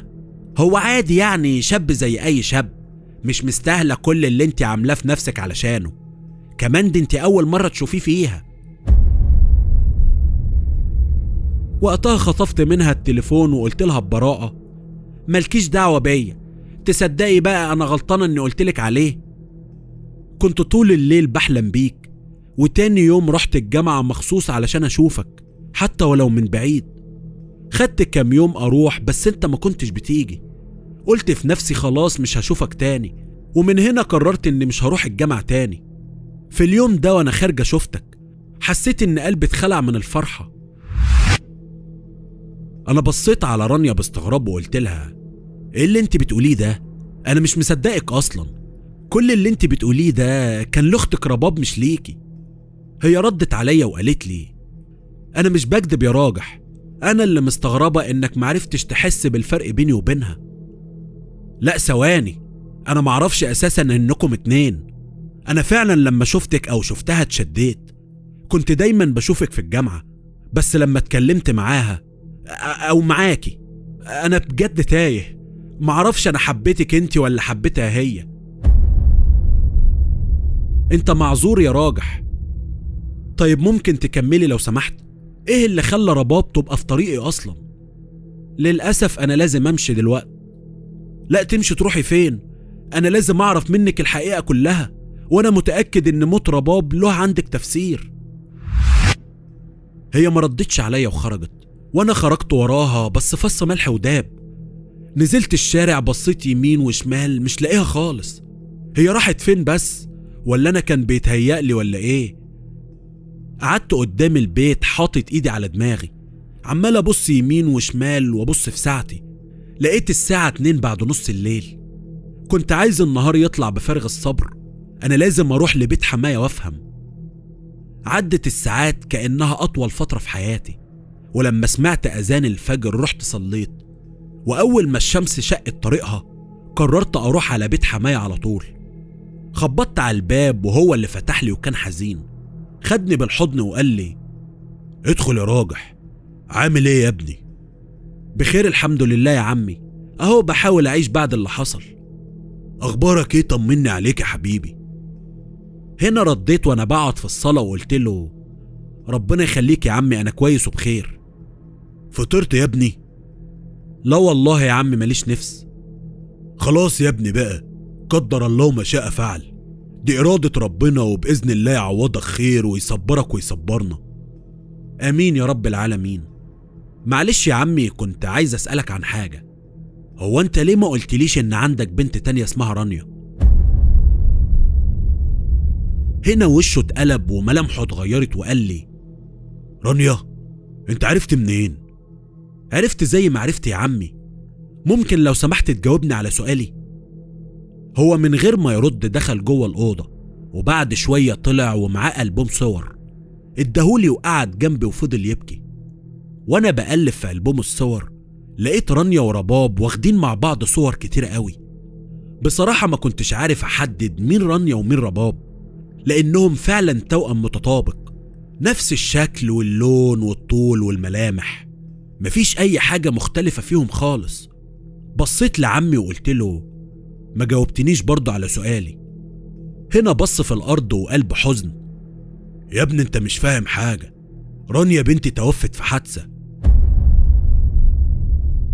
بصيت عليه بذهول وقلت له: ايه اللي انت بتقوله ده؟ مين اللي توفت؟ انا لسه شايفها امبارح. مين دي اللي انت شفتها؟ بقولك بنتي رانيا ماتت من قبل ما انت تتجوز رباب بكام شهر.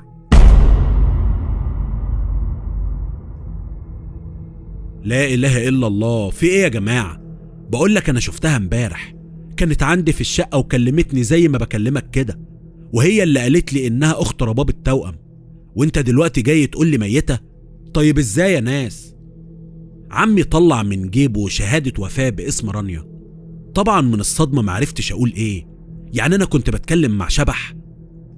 لما حماية لقاني تايه ومتلخبط قال لي: اهدى يا ابني، دي اكيد روح رانيا لسه متعلقة بيك وملازماك.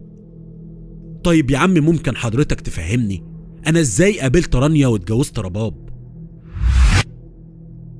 هقول لك يا راجح، لما رانيا اتعرفت عليك قالت لرباب عنك، وفي آخر يوم ليها لما راحت الجامعة وهي راجعة اتصلوا وعرفوني إن عربية خبطتها في الشارع. جريت على المستشفى أنا ورباب، كانت حالتها صعبة جدا جدا. وقتها أنا ما كنتش أعرف أي حاجة تخصك، بس رانيا طلبت من رباب تكلمها على انفراد. دخلت رباب لرانيا، وبعد شوية طلعت وهي بتصرخ وتقول: رانيا ماتت، رانيا ماتت يا بابا. ولما جريت على أوضتها لقيت أمر الله نفذ، الله يرحمها ويسامحها. بعد ما دفنتها ندهت على رباب وقلت لها: هي أختك قالت لك إيه قبل ما تموت؟ في الأول ما كانتش عايزة تقول أي حاجة، حالتها صعبة وعمالة تعيط، بس لما ضغطت عليها قالت لي: دي وصية ميت يا بابا، وأنا لازم أخد رأيك في كلامها، بس مترددة وتايهة. رجعت تاني سألتها وقلت لها: هي قالت لك إيه بالظبط؟ قالت إنها معجبة بشاب بيحضر دراسات عليا في الجامعة، وطلبت مني معرفهوش إن رانيا ماتت، وإني أقابله على أساس إن هي، بس بشخصيتي أنا. من حبها فيه طلبت إن لو تقدم لي أوافق عليه، وإن كمان أنا اللي أكمل كتابة مذكراتها. ساعتها يا ابني ما كنتش عارف أعمل إيه. أنا عارف إن لو وافقت على كلامها ده يبقى غلط في حقي، بس رباب كانت مصرة إنها تنفذ وصية أختها حتى لو ما كانتش بتحبك.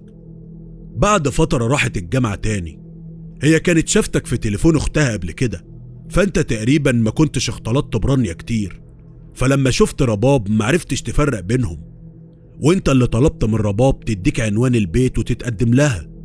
ساعتها قررنا إنك ما تعرفش حاجة عن الموضوع ده كله. كنت بسمع كلام حماية وأنا شارد، ما كنتش قادر استوعب كل اللي حصل. سبته ومشيت من غير ما رد عليه. وأنا في طريقي للبيت شفت إسلام صاحبي فقال لي: في إيه يا راجح مالك؟ أبدا يا إسلام أنا كويس.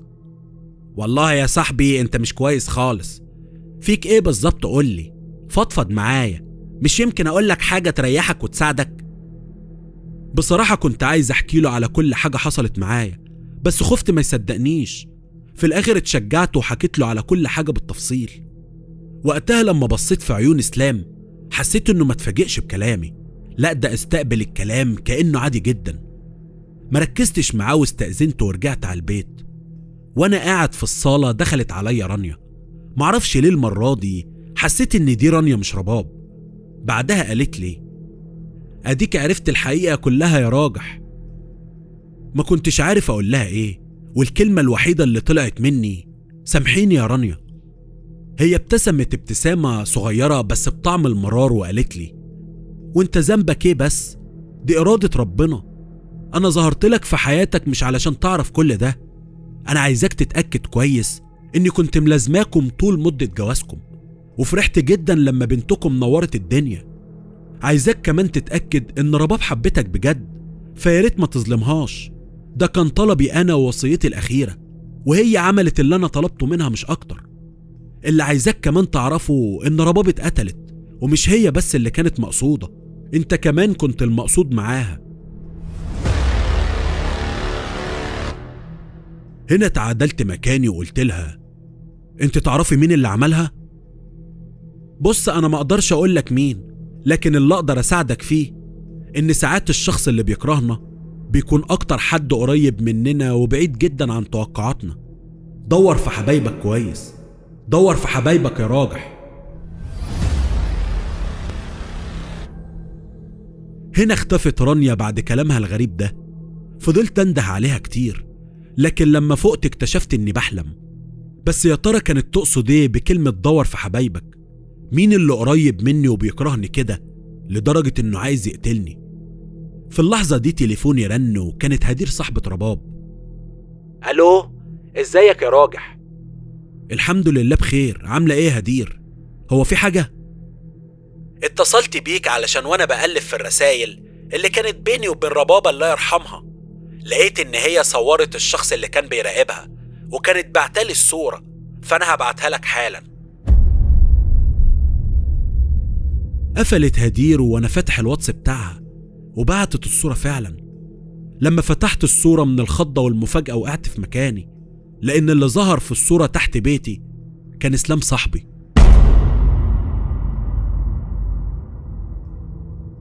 طيب إسلام إيه اللي كان بيخليه طارد مراتي؟ وقتها كنت عمال أفكر في كل المواقف اللي فاتت، ولقيت إن كل ما أوصل لحاجة كان إسلام هو اللي بيتوهني عنها. بعد شوية اتضحت الرؤية كاملة. كمان قررت إن لازم ما بينش لإسلام أي حاجة لحد على الأقل ما امسك دليل عليه وأعرف الدافع اللي خلاه يقتلها. كنت بكلم صورته وبقول: قسما بالله لو طلعت أنت السبب في حرماني من عيلتي لخليك تتمنى الموت وما تطلوش. بعدها اتصلت بيه وطلبت أقابله علشان عايز أفضفض معاه، وفعلا نزلت أقابله. وقتها قلت له: تخيل يا صاحبي، الشخص اللي كان بيراقب رباب قبل الحادثة اكتشفت إنها واخداله صورة كمان بعتتها لصاحبتها هدير. هنا لقيته قال بسرعة وارتباك: وهي صاحبتها بعتت لك الصورة؟ وقتها حبيت ألعب بأعصابه علشان يقول كل اللي عنده، فقلت له: للأسف لسه، هي قالت لي إن الصورة في تليفون قديم بايظ، فهي هتصلحه وبعدها تبعتها لي. هنا قال لي بقلق وكأنه عايز يشتتني: معقول الكلام اللي بتقوله؟ يعني شخص بيراقب مراتك يقتلها ليه؟ هتكون عملت معاه ايه لكل ده؟ على فكرة انت مكبر الموضوع يا راجح.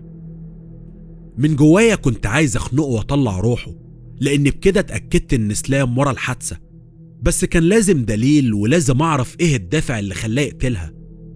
حاولت على قد ما اقدر ما بينش ولا اظهر اي حاجة، على الرغم ان في نار قايدة جوايا، بس سبت ورجعت البيت وفضلت افكر ازاي اعرف السبب اللي خلاه يعمل كده.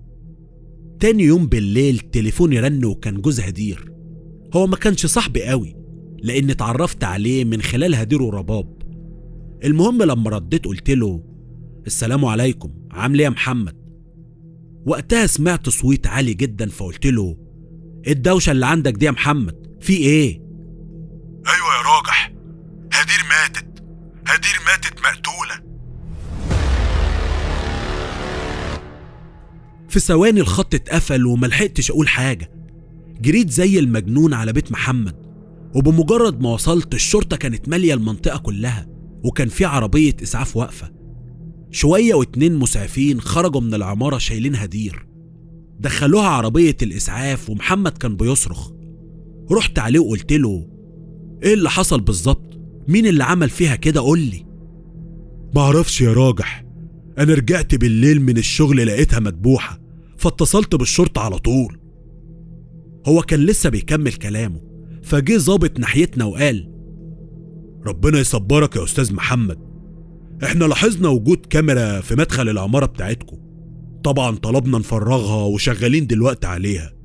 مش عايزك تقلق، ان شاء الله حق مراتك هيرجع واللي عمل كده ياخد جزاؤه. صحيح، يا ريت تروح على المستشفى تخلص تصريح الدفن والاجراءات، اكرام الميت دفنه.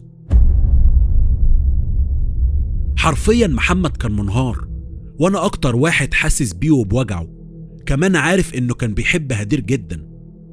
خدت محمد في عربيتي ورحنا المستشفى، وبعد شوية اجراءات طلعنا تصريح الدفن.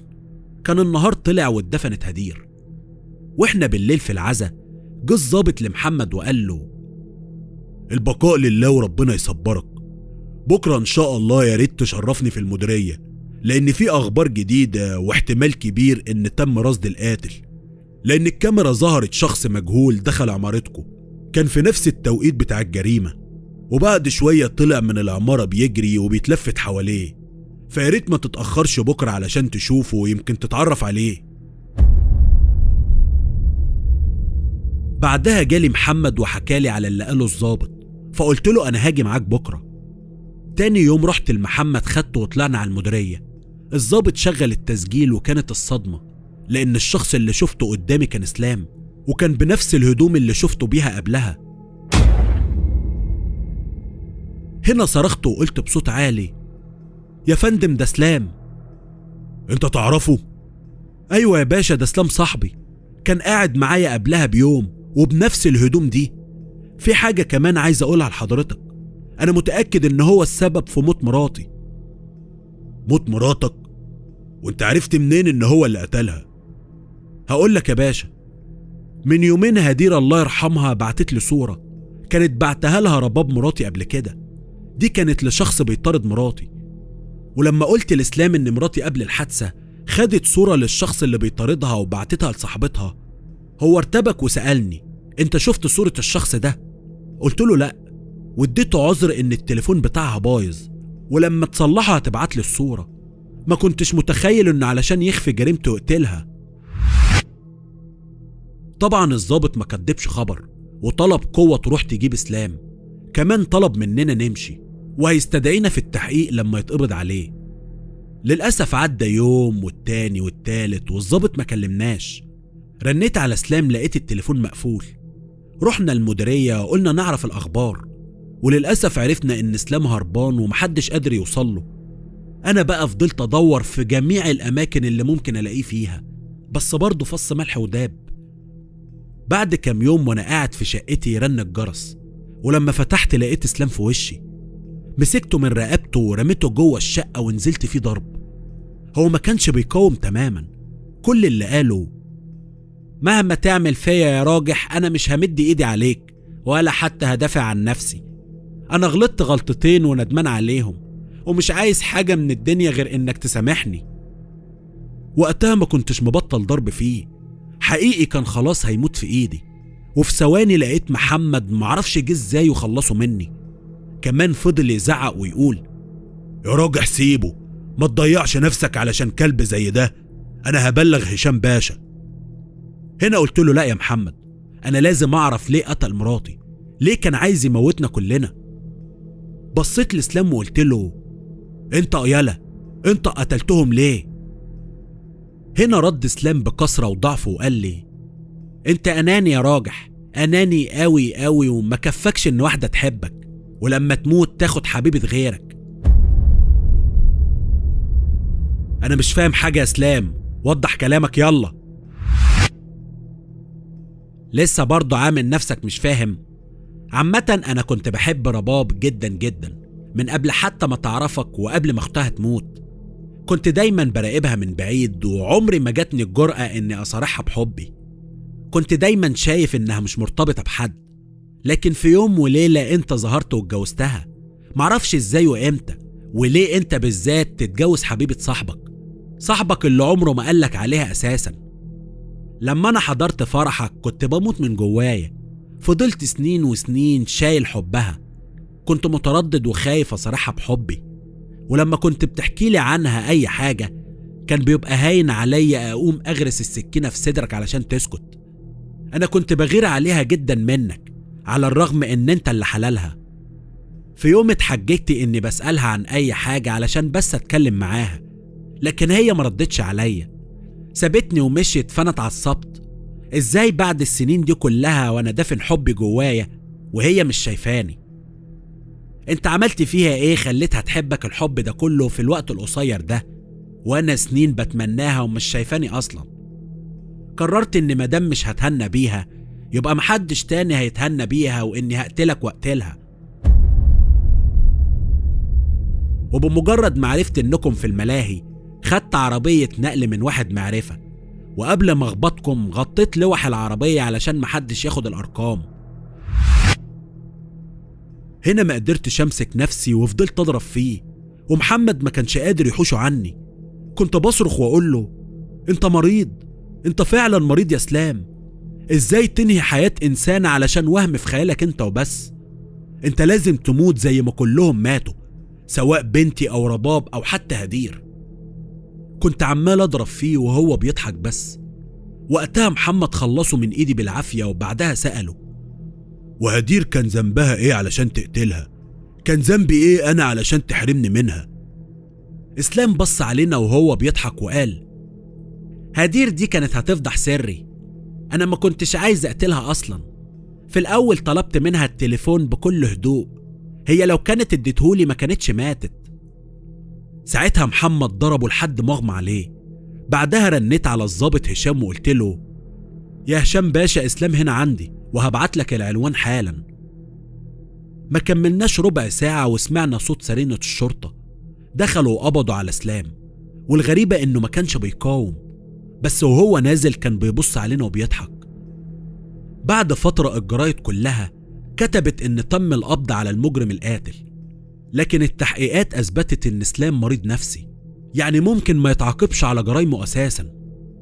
أنا ومحمد كنا متابعين القضية ومستنين ياخد جزاؤه، لكن قبل حكم المحكمة اتفاجئنا إن سلام انتحر.